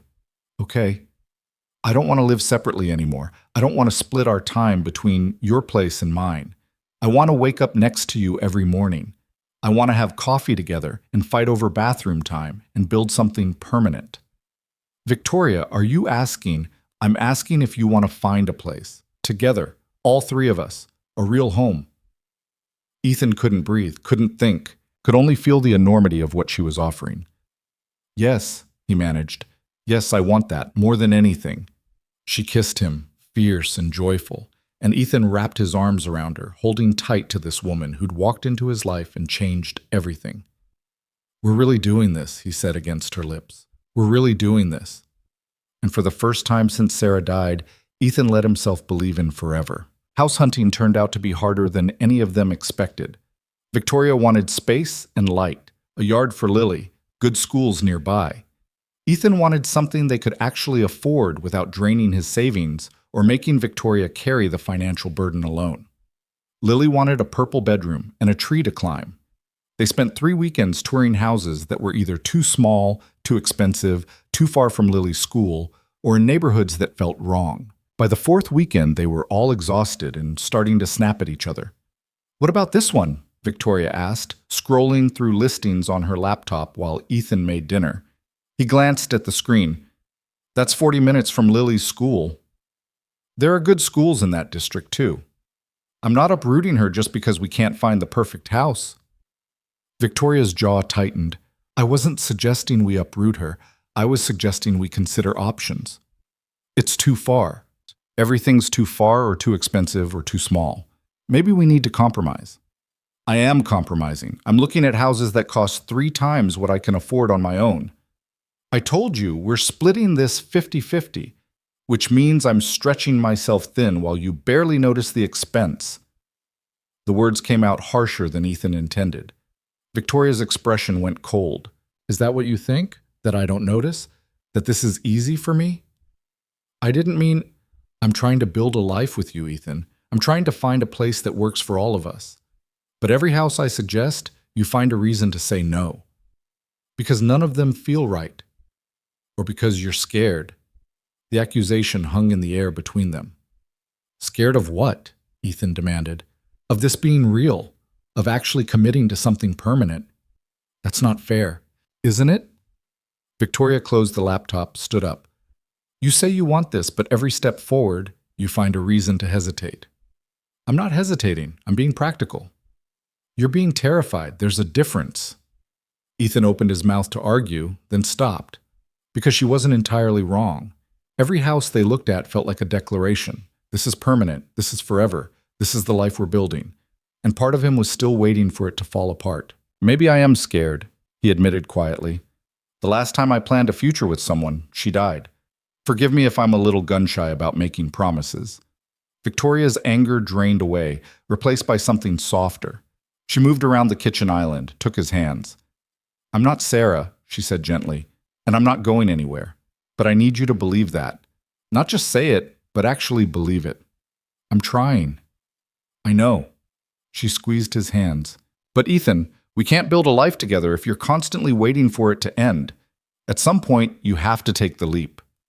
He pulled her close, rested his forehead against hers. I want to. I want this more than I've wanted anything in years. Then stop looking for reasons it won't work and start believing it will. They stood like that for a long moment, holding each other in the kitchen while dinner simmered on the stove. I'm sorry, Ethan said finally. About what I said. About the money. I know, and I'm sorry for pushing so hard. We'll find the right place. We just need to be patient. Patience isn't really my strong suit. Mine either, she smiled. We're quite a pair. The worst. Absolutely terrible. She kissed him, and Ethan felt the tension between them ease. The right house found them 2 weeks later. Ethan was driving Lily home from school when he saw the for sale sign on a tree-lined street he'd driven down 100 times. The house was older, a 2-story craftsman with a wide front porch and a big oak tree in the yard. Paint peeling in places, lawn overgrown, but solid bones underneath. He pulled over, took down the realtor's number, and called Victoria immediately. I think I found it. Found what? Our house. They met there an hour later. The realtor, a cheerful woman in her 50s named Patricia, unlocked the door and let them inside. The interior needed work. Dated kitchen, bathrooms that screamed 1990s, hardwood floors that needed refinishing. But the bones were good. High ceilings, big windows, a layout that felt like a home instead of a showroom. 3 bedrooms upstairs, Patricia said, leading them up the stairs. Master has an attached bathroom. The other 2 share a hall bath. Lily ran ahead, throwing open doors and announcing her verdict on each room. This one's too small. This one smells funny. This one... She stopped in the doorway of the smallest bedroom, the one with a window seat overlooking the backyard. This one's perfect. Can I paint it purple? Ethan looked at Victoria. She was smiling. If we buy the house, you can paint it any color you want, Victoria said. Even purple with sparkles? Even purple with sparkles. Lily shrieked with delight and ran to the window seat, already planning where her books would go. Patricia showed them the rest of the house. The basement that could be finished into Ethan's office, the backyard with the old oak tree perfect for climbing, the garage that needed a new door but was structurally sound. It needs work, Patricia admitted. The previous owners were elderly and couldn't keep up with maintenance, but it's priced accordingly. Ethan looked at the number on the listing sheet and felt his stomach drop. It was still more than he could comfortably afford, but it was closer to reasonable than anything else they'd seen. Victoria was already doing calculations in her head. He could see it in the way her eyes moved, the slight furrow between her brows. Can we have a minute? She asked Patricia. Of course. I'll be downstairs. Once they were alone, Victoria turned to Ethan. What do you think? I think it's perfect. I also think it's still expensive. It's within our budget. Your budget? Maybe? Our budget, she corrected firmly. We're doing this together, remember? Victoria, I can't let you carry the financial burden. You're not letting me do anything. We're partners. That means we both contribute what we can. You handle the IT business and most of the childcare. I handle more of the mortgage. It balances out. That doesn't feel equal. Equal isn't always 50-50. Sometimes it's each person giving what they have. She took his hand. I have savings, Ethan. Money I've been sitting on for years with nothing meaningful to spend it on. Let me invest it in our future. In our family. You're sure? I've never been more sure of anything. Lily came running back into the room. Can we get it? Please, please, please? Ethan looked at his daughter's hopeful face, at Victoria's steady confidence, at the house that somehow felt like it had been waiting for them. Yeah, he said, feeling something settle in his chest. Let's get it. Lily screamed and threw her arms around both of them. Victoria laughed, and Ethan felt the last of his resistance crumble. They were really doing this. The next 2 months were a blur of inspections, paperwork, and negotiations. The house needed more work than they had initially thought. New roof, updated electrical in 2 rooms, plumbing issues in the master bathroom. Victoria handled the legal side of the purchase, with the efficiency of someone who did this for a living. Ethan handled the contractors, getting quotes and timelines and managing the renovation schedule. They closed on the house in early October on a Tuesday that felt both momentous and ordinary. They signed mountains of paperwork, got handed keys, and stood in the empty living room looking at each other with a mixture of excitement and terror. We own a house, Victoria said, slightly dazed. We own a house, Ethan agreed. A house that needs a new roof and updated plumbing and about 6 coats of paint. A house that's ours, she smiled. A house that's ours. They spent the next 6 weeks in a state of controlled chaos. Contractors came and went. They painted walls. Lily's room got its purple with sparkles, the master bedroom a soft gray blue, the living room a warm cream. Victoria proved surprisingly handy with a paintbrush. Ethan discovered he was terrible at tile work, but decent at installing light fixtures. They fought about furniture placement and paint colors, and whether the kitchen needed all new cabinets or just new hardware. They made up over takeout dinners eaten on the floor because they didn't have a table yet. They fell into bed exhausted every night and woke up excited to keep building. Lily moved between both apartments and the new house with the adaptability of childhood, claiming her purple room as her territory and helping Victoria plant flowers in the front yard. These are pansies, Victoria explained, showing Lily how to dig the holes. They'll bloom all winter. Even when it snows? Even when it snows, they're tough.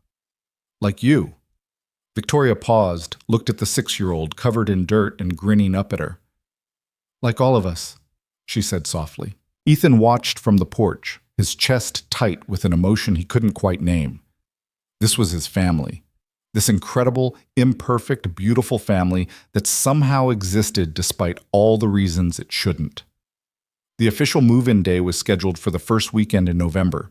Ethan's sister helped, along with a few friends from his IT network. They hauled boxes and furniture, set up beds, assembled Lily's bookshelf while she supervised and offered helpful commentary. By evening, the house was full of boxes and chaos and the smell of pizza someone had ordered. Lily was running through the rooms, high on excitement and sugar. Victoria was directing furniture placement with the authority of a general commanding troops. Ethan stood in the kitchen, their kitchen, and felt the weight of it hit him. This was real. This was happening. They were building a life together, and it was messy and imperfect and absolutely right. "You okay?" Victoria appeared beside him, her hair falling out of its ponytail, a smudge of dust on her cheek. "Yeah, just taking it in." "Having second thoughts?" "Not even close." She leaned against him, and they stood together watching Lily chase Ethan's sister through the living room. "We did it," Victoria said quietly. "We actually did it. We did. I keep waiting to wake up and find out this is a dream. If it is, don't wake me up." She laughed, turned in his arms to face him. "I love you, Ethan Cole. I love you and our daughter and this crazy, chaotic life we're building." "Our daughter," Ethan repeated, feeling the word settle into truth. "I like the sound of that." "Me too." That night, after everyone left and Lily was asleep in her purple room surrounded by moving boxes, Ethan and Victoria sat on the porch steps watching the neighborhood settle into darkness. "What are you thinking about?" Victoria asked. "How different my life is from a year ago. How impossible this would have seemed." "Good different?" "The best different." He took her hand. "A year ago, I was barely surviving. Just going through the motions, trying to be enough for Lily, while feeling like I was failing constantly. I never imagined," his voice caught, "I never imagined I could have this again. Love. Partnership. A future that felt like more than just getting through each day." "You gave that to me too," Victoria said quietly. "I was so lonely, Ethan. I had my career and my nice apartment and absolutely nothing that mattered. You reminded me what it feels like to be seen, to be chosen, to matter to someone beyond what I could do for them. You matter to me, more than you know." "I'm starting to believe that." They sat in comfortable silence, shoulders touching, watching stars appear in the darkening sky. "Can I tell you something?" Victoria said eventually. "Always. I'm terrified I'm going to mess this up, that I'll fall back into old patterns, work too much, close myself off, prioritize everything except what actually matters." "You won't." "How do you know?" "Because you're aware of it, because you care enough to be scared, and because I'll call you on it if you do." She smiled. "Promise?" "Promise." "What about you?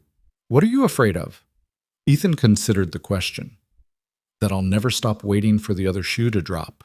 That I'll poison what we have by constantly expecting it to end." "We'll work on it," Victoria said. "Together." "Together," Ethan agreed.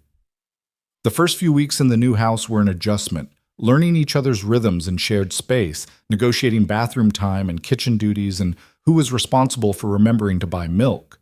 They established routines. Ethan handled breakfast and school drop-off. Victoria handled dinner and homework help. Weekends were family time unless one of them had unavoidable work obligations. It wasn't perfect. Victoria still struggled to disconnect from work completely. Ethan still had moments of panic when she was late coming home. But they talked through it, adjusted, learned. Lily thrived. She loved having both of them under one roof, loved the stability of knowing exactly where everyone would be. She showed Victoria how to make friendship bracelets and taught Ethan the complex social dynamics of first-grade lunch tables. One Saturday morning in late November, Ethan woke to find Victoria's side of the bed empty. He found her in the kitchen, already dressed, laptop open on the counter. "You're working," he said, trying to keep the disappointment from his voice. She looked up, guilty. "I know. I'm sorry. One of my cases, The judge moved up the hearing, and I need to revise the brief. On a Saturday? I know. I know we said weekends were family time, but this is an emergency. Ethan poured himself coffee, trying to manage the old familiar fear that she was slipping back into old patterns. How long do you need? A few hours, maybe 4. Okay. You're upset. I'm disappointed. There's a difference. Victoria closed the laptop. I'm sorry. You're right. I should have told you earlier. When did you find out? Last night, after you fell asleep. And you didn't mention it this morning? I was going to. She rubbed her face. I was hoping I could finish before you woke up and you wouldn't have to know. Victoria, we talked about this, about not hiding things. I know, you're right. I messed up. She stood, came around the counter. Tell me how to fix this. Ethan thought about it. Do the work. Take the time you need. But don't hide it. Don't pretend it's not happening. Just be honest. I can do that. And tomorrow, we do something together. All 3 of us. No phones, no work, just us. Deal. She kissed him softly. Thank you for not making this a fight. I'm not interested in fighting with you. I'm interested in building a life that works for both of us. Even when I mess up? Especially when you mess up. She worked in the kitchen while Ethan and Lily made pancakes and then headed to the park. When they came back 3 hours later, Victoria was done with the brief and had started researching local ice skating rinks. I thought we could go tomorrow, she said, showing Lily the pictures.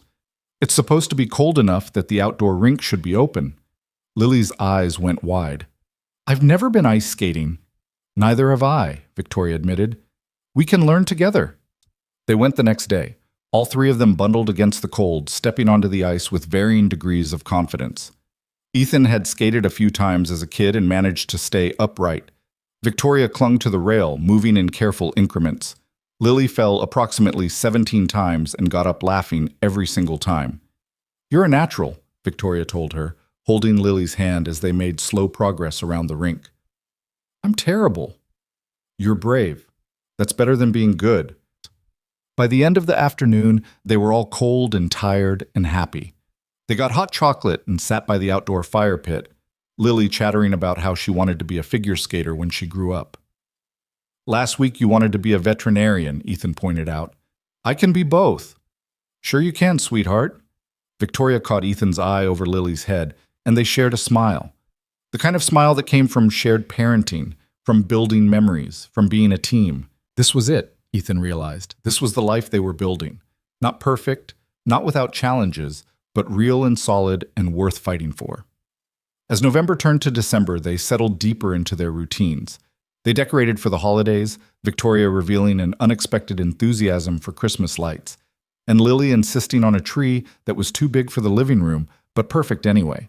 They hosted Ethan's sister for dinner and survived the awkwardness of Victoria meeting extended family who were polite but clearly calculating the age gap. They had their first real fight as a cohabiting couple over something stupid, wet towels left on the bathroom floor. It escalated into a bigger argument about consideration and habits, and whose responsibility it was to remember things. They said things they didn't mean, retreated to separate corners of the house, then came back together and apologized. This is harder than I thought it would be, Victoria admitted, sitting on the edge of their bed while Ethan leaned against the dresser. What is? Living together, merging our lives. I spent 3 years living alone, doing things my way. I forgot how much compromise it takes. You're doing fine. I left wet towels on the floor 3 times this week, and I left my laptop cables all over the kitchen counter. We're even. She smiled despite herself. We're a mess. We're learning. There's a difference. Why are you so patient with me? Because you're worth it. Because I love you. Because this, he gestured around the room, this is what I want. Even the fights, even the wet towels. You're weird. You love me anyway. I really do. They made it work. Through December's chaos of school plays and work deadlines and holiday shopping, through Lily's excited countdown to Christmas and Victoria's quiet admission that she'd never really enjoyed the holidays until now, through Ethan's panic when his truck broke down and Victoria's immediate response was to add him to her car insurance and let him use her sedan until his was fixed. I can't just take your car, he protested. Why not? We're family. What's mine is yours. Victoria, Ethan, take the car. Let me help you. That's what partners do. He took the car, and slowly, piece by piece, let himself believe this was permanent. Christmas morning arrived with snow and chaos, and Lily bouncing on their bed at 6 a.m., demanding they come see what Santa brought. They stumbled downstairs to find the living room transformed, presents under the tree, stockings stuffed, and cookies half-eaten with a note from Santa thanking Lily for the snack. Lily tore through her presents with the enthusiasm of childhood, while Ethan made coffee and Victoria documented everything on her phone. This is perfect, Victoria said quietly, watching Lily assemble a new Lego set. Yeah? Yeah. She leaned against him. I never thought I'd have this. A family. A real Christmas that feels like home instead of an obligation. Neither did I. Not after Sarah. We're lucky. We are.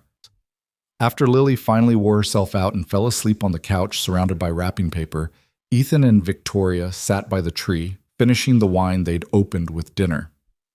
I have something for you, Victoria said, pulling a small box from behind the tree. We said no gifts. I lied. Open it. Inside was a key, old brass attached to a simple keychain with 3 letters engraved on it, H-O-M-E. It's the original key to the house, Victoria explained, from when it was first built in 1924. I found it in the basement and had it restored. Ethan turned it over in his hands, feeling the weight of history and meaning. Victoria, you gave me a home, Ethan. A real one. Not just a building, but a place where I belong.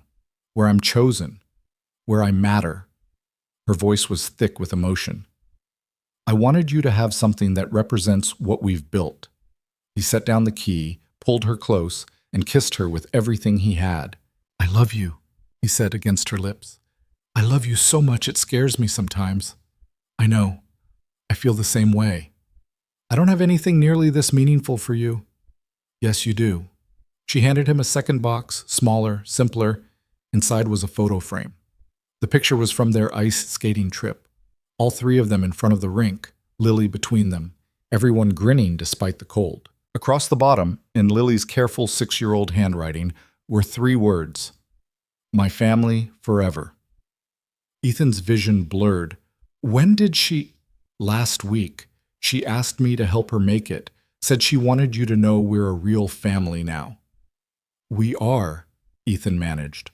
We really are.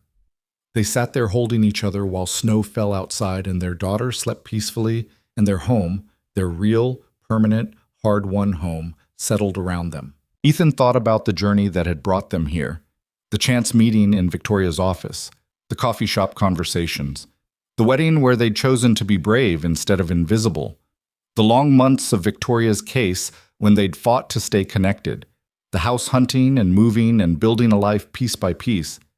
It hadn't been easy.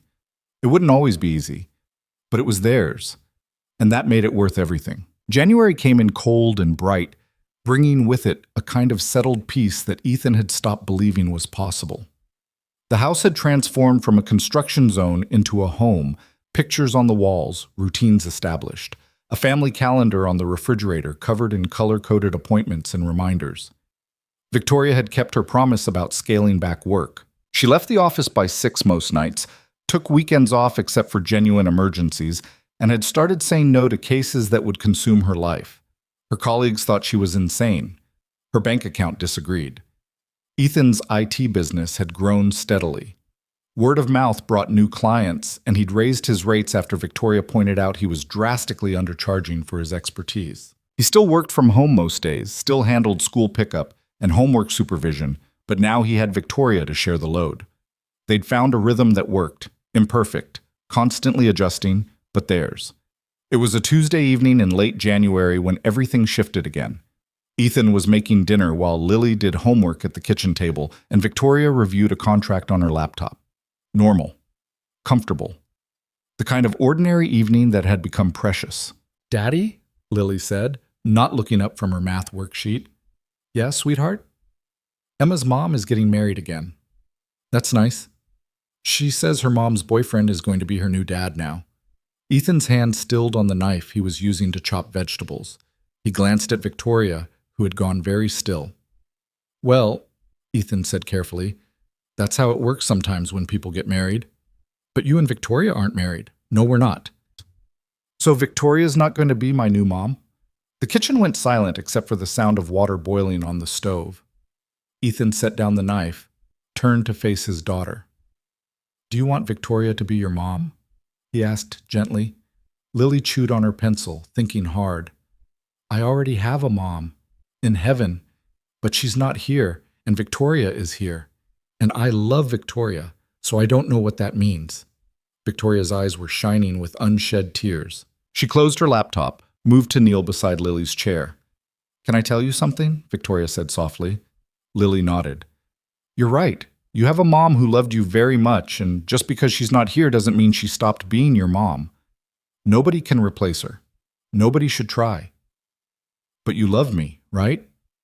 So much, more than I knew it was possible to love someone. And you love my dad? More than anything. So what are you then, if you're not my mom?" Victoria took Lily's small hand in hers. "I'm someone who chooses to love you and be part of your life. Maybe I'm Victoria. Maybe I'm your bonus mom. Maybe I'm family in a way that doesn't have a name yet. But whatever I am, I'm here, and I'm not going anywhere. Promise?" "I promise." Lily seemed to consider this, then went back to her math like the conversation hadn't just cracked open something fundamental in all three of them. Ethan and Victoria exchanged a look over her head, a look that said they needed to talk about this later. Later came after Lily was in bed, when they were cleaning up the kitchen together in the quiet house. "That was intense," Ethan said, loading the dishwasher. "She's processing, trying to understand where everyone fits."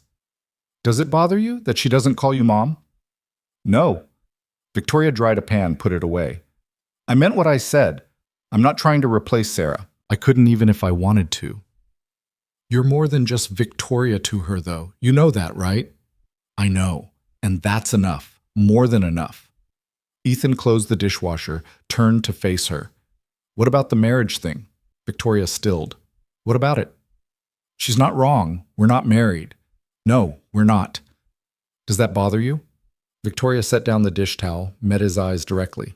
"Are you asking if I want to get married, or are you asking if I need a legal document to know this is real?" "Both, I guess." She moved closer, took his hands. "I don't need a piece of paper to know we're committed.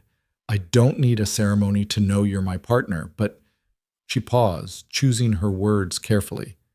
"But I'd be lying if I said I hadn't thought about it, about making it official, about standing in front of everyone we love and choosing each other deliberately." Ethan's heart was pounding. "I've thought about it too." "Yeah?" "Yeah, I wasn't sure if you'd want that, after your divorce, after everything with Michael. Michael and I got married because it was what you did. The next step in a relationship that was already failing. We had a big wedding that cost too much and meant too little." She squeezed his hands. "If I married you, it would be different. It would be because I choose you, every day, in front of witnesses, with intention." "If you married me?" Victoria smiled, nervous and hopeful. "If you asked." Ethan felt the weight of the moment settle over him. This wasn't how he'd planned this conversation, standing in the kitchen on a Tuesday night in sweatpants, but maybe that was perfect. Maybe their whole relationship had been built on unplanned moments that turned into everything. "I don't have a ring," he said. "I don't care. I was going to do this better, plan something romantic." "Ethan," she cupped his face, "this is romantic. This is us, real and imperfect and exactly right." He took a breath, then got down on one knee right there in their kitchen. "Victoria Hale," he said, looking up at the woman who'd changed his life. "Will you marry me?" Her laugh was half sob. "Are you serious right now?" "Completely serious. I love you. I want to spend the rest of my life with you. I want to make this official and permanent and real in every possible way. So yes, I'm asking. Will you marry me?" "Yes." She pulled him up, kissed him hard. "Yes, absolutely, yes." They held each other in the kitchen, laughing and crying and feeling the certainty of it settle into their bones. We're engaged, Victoria said, like she was testing out the words. We're engaged, Ethan confirmed. Lily's going to lose her mind. In a good way? In the best way. They told her the next morning at breakfast. Lily was eating cereal and complaining about a boy in her class who kept copying her answers when Ethan cleared his throat. Hey kiddo, Victoria and I have something to tell you. Lily looked up, instantly suspicious of the serious tone. What? We're getting married, Victoria said, smiling. Lily's spoon clattered into her bowl. Really? Really? Like with a wedding and a white dress and everything? If that's what Victoria wants, I want whatever makes us all happy, Victoria said. Lily launched herself out of her chair and threw her arms around both of them, squealing with excitement. Can I be in the wedding? Can I wear a fancy dress? Can we have cake? Yes to all of it, Ethan said, laughing. This is the best day ever. She ran off to call her aunt and tell her the news, leaving Ethan and Victoria alone in the kitchen again. That went well, Victoria said. Better than well. She looked at her bare left hand. I really don't need a ring, you know. This is enough. I know, but I want to get you one anyway. Something that represents us. Nothing too fancy. I'm practical. I know exactly what to get. 2 weeks later, Ethan presented her with a simple platinum band with 3 small stones: sapphire, diamond, and emerald. The sapphire is for me, he explained. September. The emerald is for you, May. And the diamond in the middle is for Lily. All of us together. Victoria's hands shook as she slipped it on. It's perfect. Yeah? It's us. Simple and meaningful and exactly right. They decided on a small wedding, just family and close friends. Victoria had no interest in a big production, and Ethan wanted something intimate and real. They set the date for late spring, giving them a few months to plan without going crazy. But planning a wedding while merging their lives and raising a 6-year-old proved more complicated than either expected. Victoria's ex-husband sent a passive-aggressive email congratulating her on settling and making a snide comment about Ethan's age. She deleted it without responding, but Ethan saw the way her jaw tightened. He's not worth it, Ethan said. I know, but it still stings. What does? That he can't just be happy for me. That he has to diminish it. His opinion doesn't matter. I know that too. But part of me, the part that spent 20 years with him, still wants his approval. And I hate that about myself. Ethan pulled her close. You're human. You spent 2 decades building a life with someone. It makes sense that his words still have power. I don't want them to. Then take that power back. Remind yourself that you're happy, that we're building something real, and that his bitterness says everything about him and nothing about us. She nodded against his chest. You're good at this. At what? Talking me down from my own head. It's one of my many talents. She laughed, and the tension broke. They got through the planning, choosing flowers and menu options, and trying to figure out seating arrangements that wouldn't cause family drama. Victoria's parents were supportive but concerned about the age difference. Ethan's sister was thrilled but worried about logistics. Everyone had opinions. We could just elope, Victoria suggested one night after a particularly frustrating conversation with the caterer. Don't tempt me. I'm serious. Vegas, City Hall, just the 3 of us. What about Lily? She's been planning her dress for weeks. We could bring her to Vegas. Victoria, she sighed. You're right. But I'm so tired of making decisions about napkin colors and whether the centerpieces should be roses or peonies. Tell you what, you handle the legal stuff and the guest list. I'll handle the logistics and the vendors. We divide and conquer. You do that? I planned a funeral and rebuilt my life with a 2-year-old. I can handle wedding vendors. She kissed him gratefully. Have I mentioned I love you? Not in the last hour. I love you. I love you too. March brought unexpected complications. Victoria's firm offered her a major case, a class action lawsuit that could define her career. It would mean longer hours, significant travel, and pushing herself back into the kind of work intensity she'd sworn off. She came home with the offer letter and sat Ethan down. I need to talk to you about something. His stomach dropped. Okay. She handed him the papers. They want me to lead this. It's huge, Ethan. the kind of case that comes along once in a career. He read through it, understanding the magnitude. This is incredible. It's also a commitment of at least 2 years, probably more. What do you want to do? I don't know. Part of me wants to say yes, to prove I can still do this work at the highest level. But part of me remembers how miserable I was living that life, how lonely, how disconnected. What changed? I did. You did. We did. She took the papers back. I don't want to be that person anymore, the one who sacrifices everything for work. But I also don't want to be someone who plays it safe because she's afraid. So what's the answer? I think the answer is to figure out if I can do both. Be excellent at my work and present in my life. But I can't do that without you. Ethan took her hand. Tell me what you need. I need to know that if I take this case, we'll still be okay. That you won't resent me for the late nights and the travel. That we can make it work without losing what we've built. We can make it work. You sound sure. I am sure. Because we've already proven we can do hard things. Because we communicate. Because we choose each other even when it's difficult. He squeezed her hand. Take the case, Victoria. Do the work you're meant to do. We'll figure out the rest. What about the wedding? What about it? It's in 2 months. If I take this case, I'll be swamped. Then we'll push the wedding, or we'll elope, or we'll figure out a way to make it work. But Victoria, you don't have to choose between your career and our relationship. That's not the deal we made. She started crying, the kind of tears that came from relief and gratitude and the overwhelming weight of being truly seen. How are you real? She whispered. I ask myself the same thing about you every day. She took the case, and true to Ethan's word, they made it work. Victoria threw herself into the litigation with renewed energy, but this time she had boundaries. She came home for dinner most nights. She made Lily's school events non-negotiable. She protected weekends except for genuine emergencies. And when she traveled, Ethan and Lily FaceTimed her every night, keeping her connected even when she was thousands of miles away. The wedding got pushed to early summer. They kept it simple. A ceremony in their backyard under the oak tree, 50 guests, Lily as the flower girl in the purple dress she'd picked out herself. Victoria wore a simple cream dress that made her look radiant. Ethan wore a suit that actually fit instead of the ones he usually borrowed. They wrote their own vows. Victoria went first, her voice steady despite the tears streaming down her face. Ethan, you taught me that it's never too late to start over. That love isn't something you have to earn or perform for.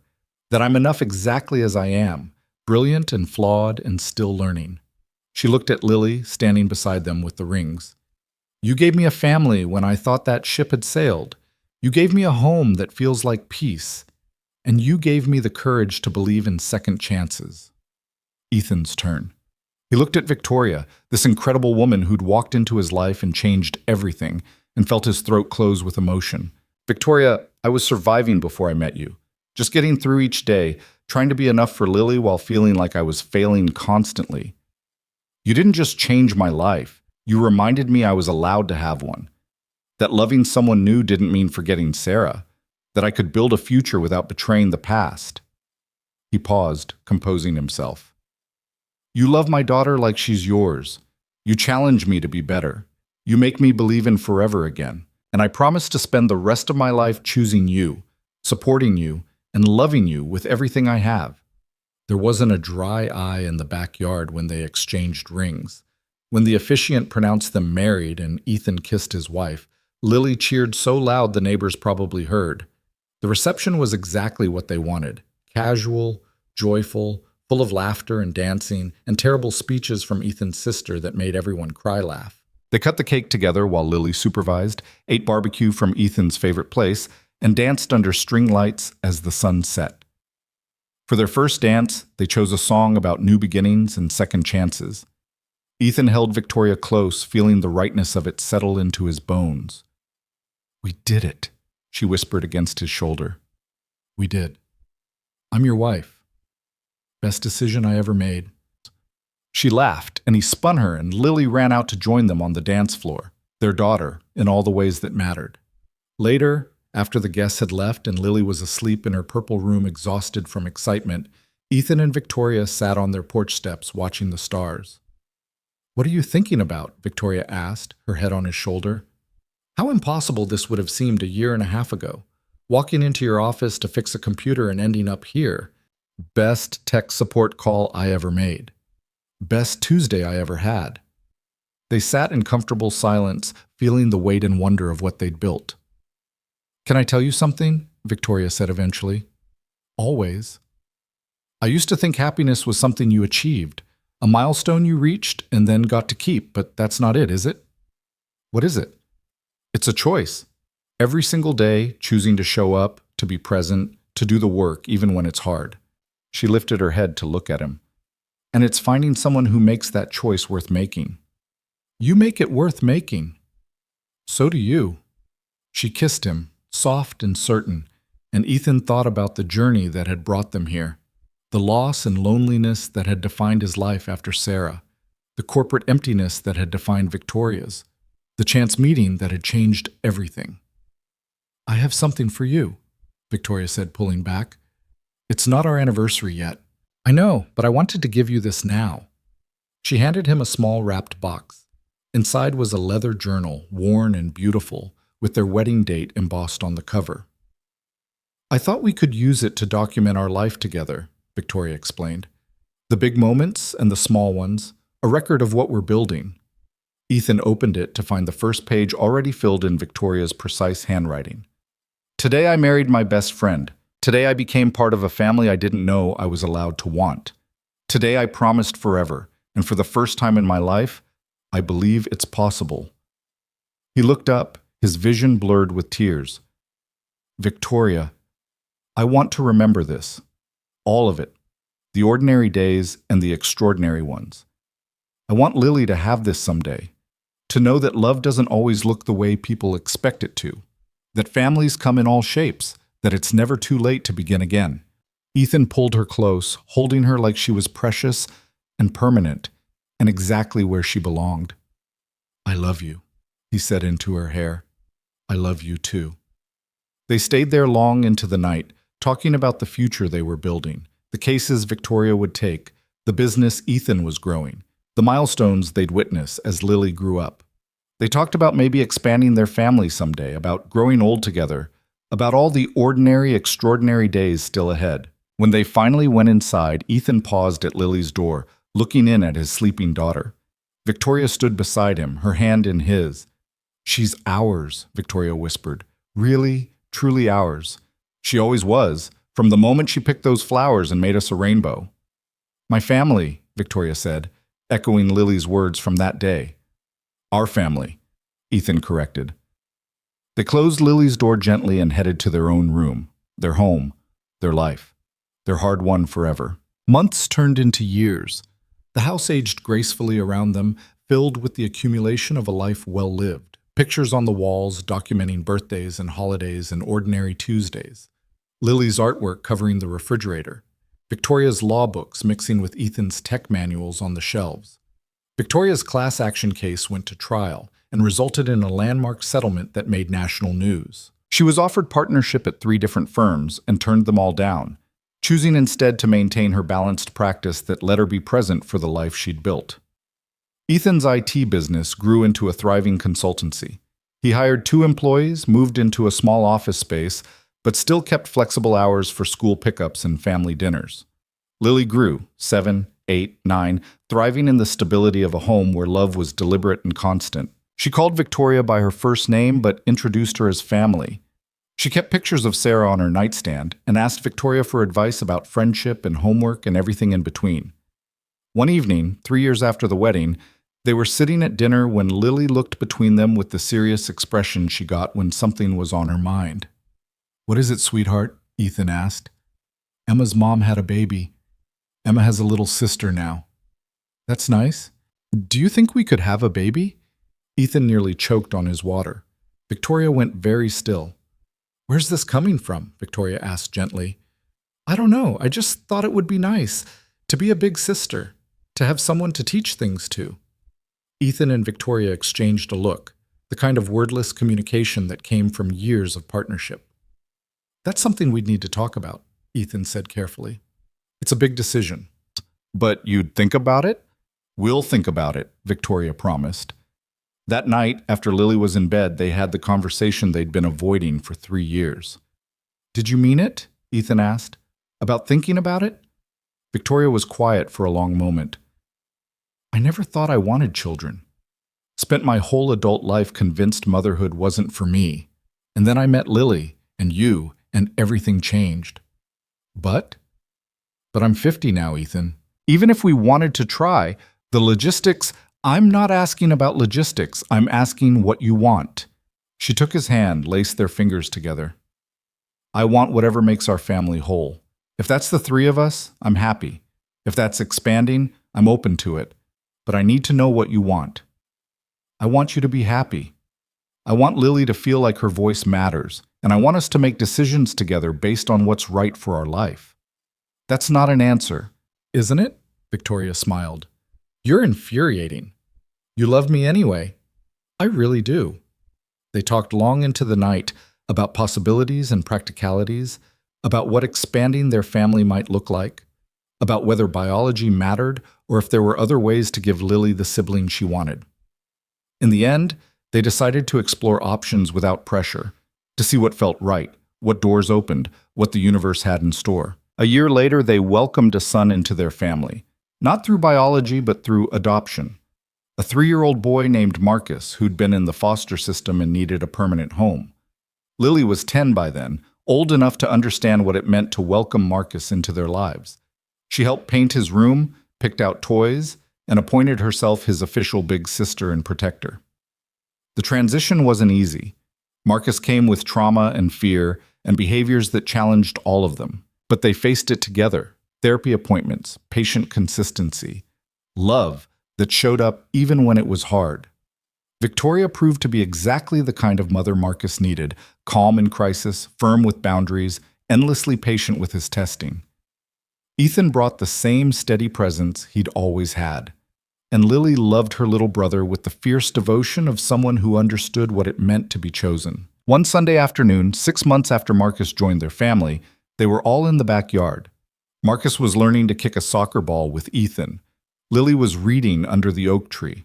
Victoria was gardening, dirt under her nails, completely content.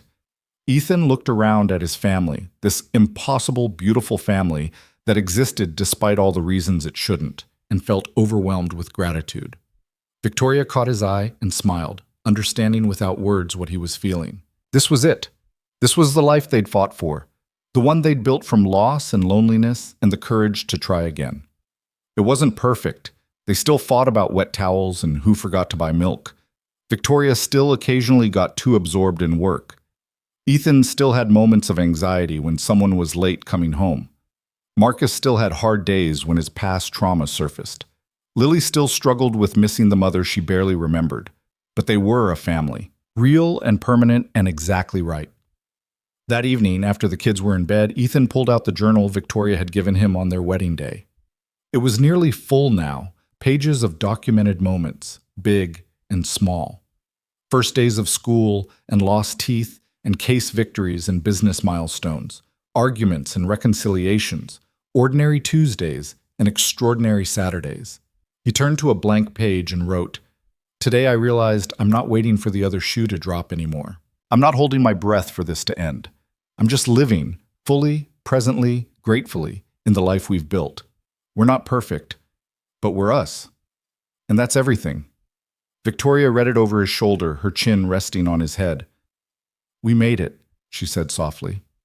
"We're still making it, every day." "I like that better." "Me too."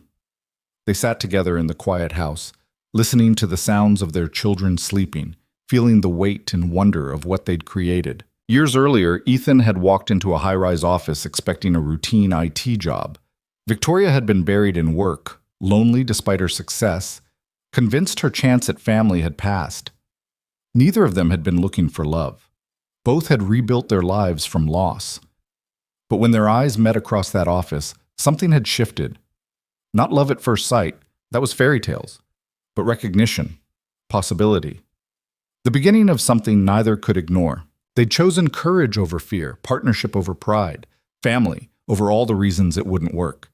And now, sitting in the home they'd bought together, raising the children they loved, building a life that was messy and imperfect and absolutely right. They understood what forever actually meant. Not perfection, not the absence of challenge, but choosing each other every single day, in big ways and small ones, through ordinary moments and extraordinary trials. That was love after loss. That was family forged from courage. That was the life they'd built, deliberately, patiently, with intention and hope, and the unwavering belief that they deserved happiness. Victoria took the journal from Ethan's hands, added her own entry beneath his. We began with a chance meeting and an electrical spark. We continued with coffee and conversation and the slow build of trust. We committed with vows and rings and the deliberate choice to build something permanent. And we'll finish, years from now, decades from now, having lived a life worth living, together. She set down the pen, turned to her husband, and kissed him with all the love and certainty that had carried them this far. Outside, the oak tree stood sentinel over their home. Inside, their children slept peacefully. And in between, two people who'd found each other against all odds sat holding hands, no longer afraid of beginning, because they'd learned the most important truth. Love after loss isn't about replacing the past. It's about making room for the future. And their future was everything they'd hoped it would be.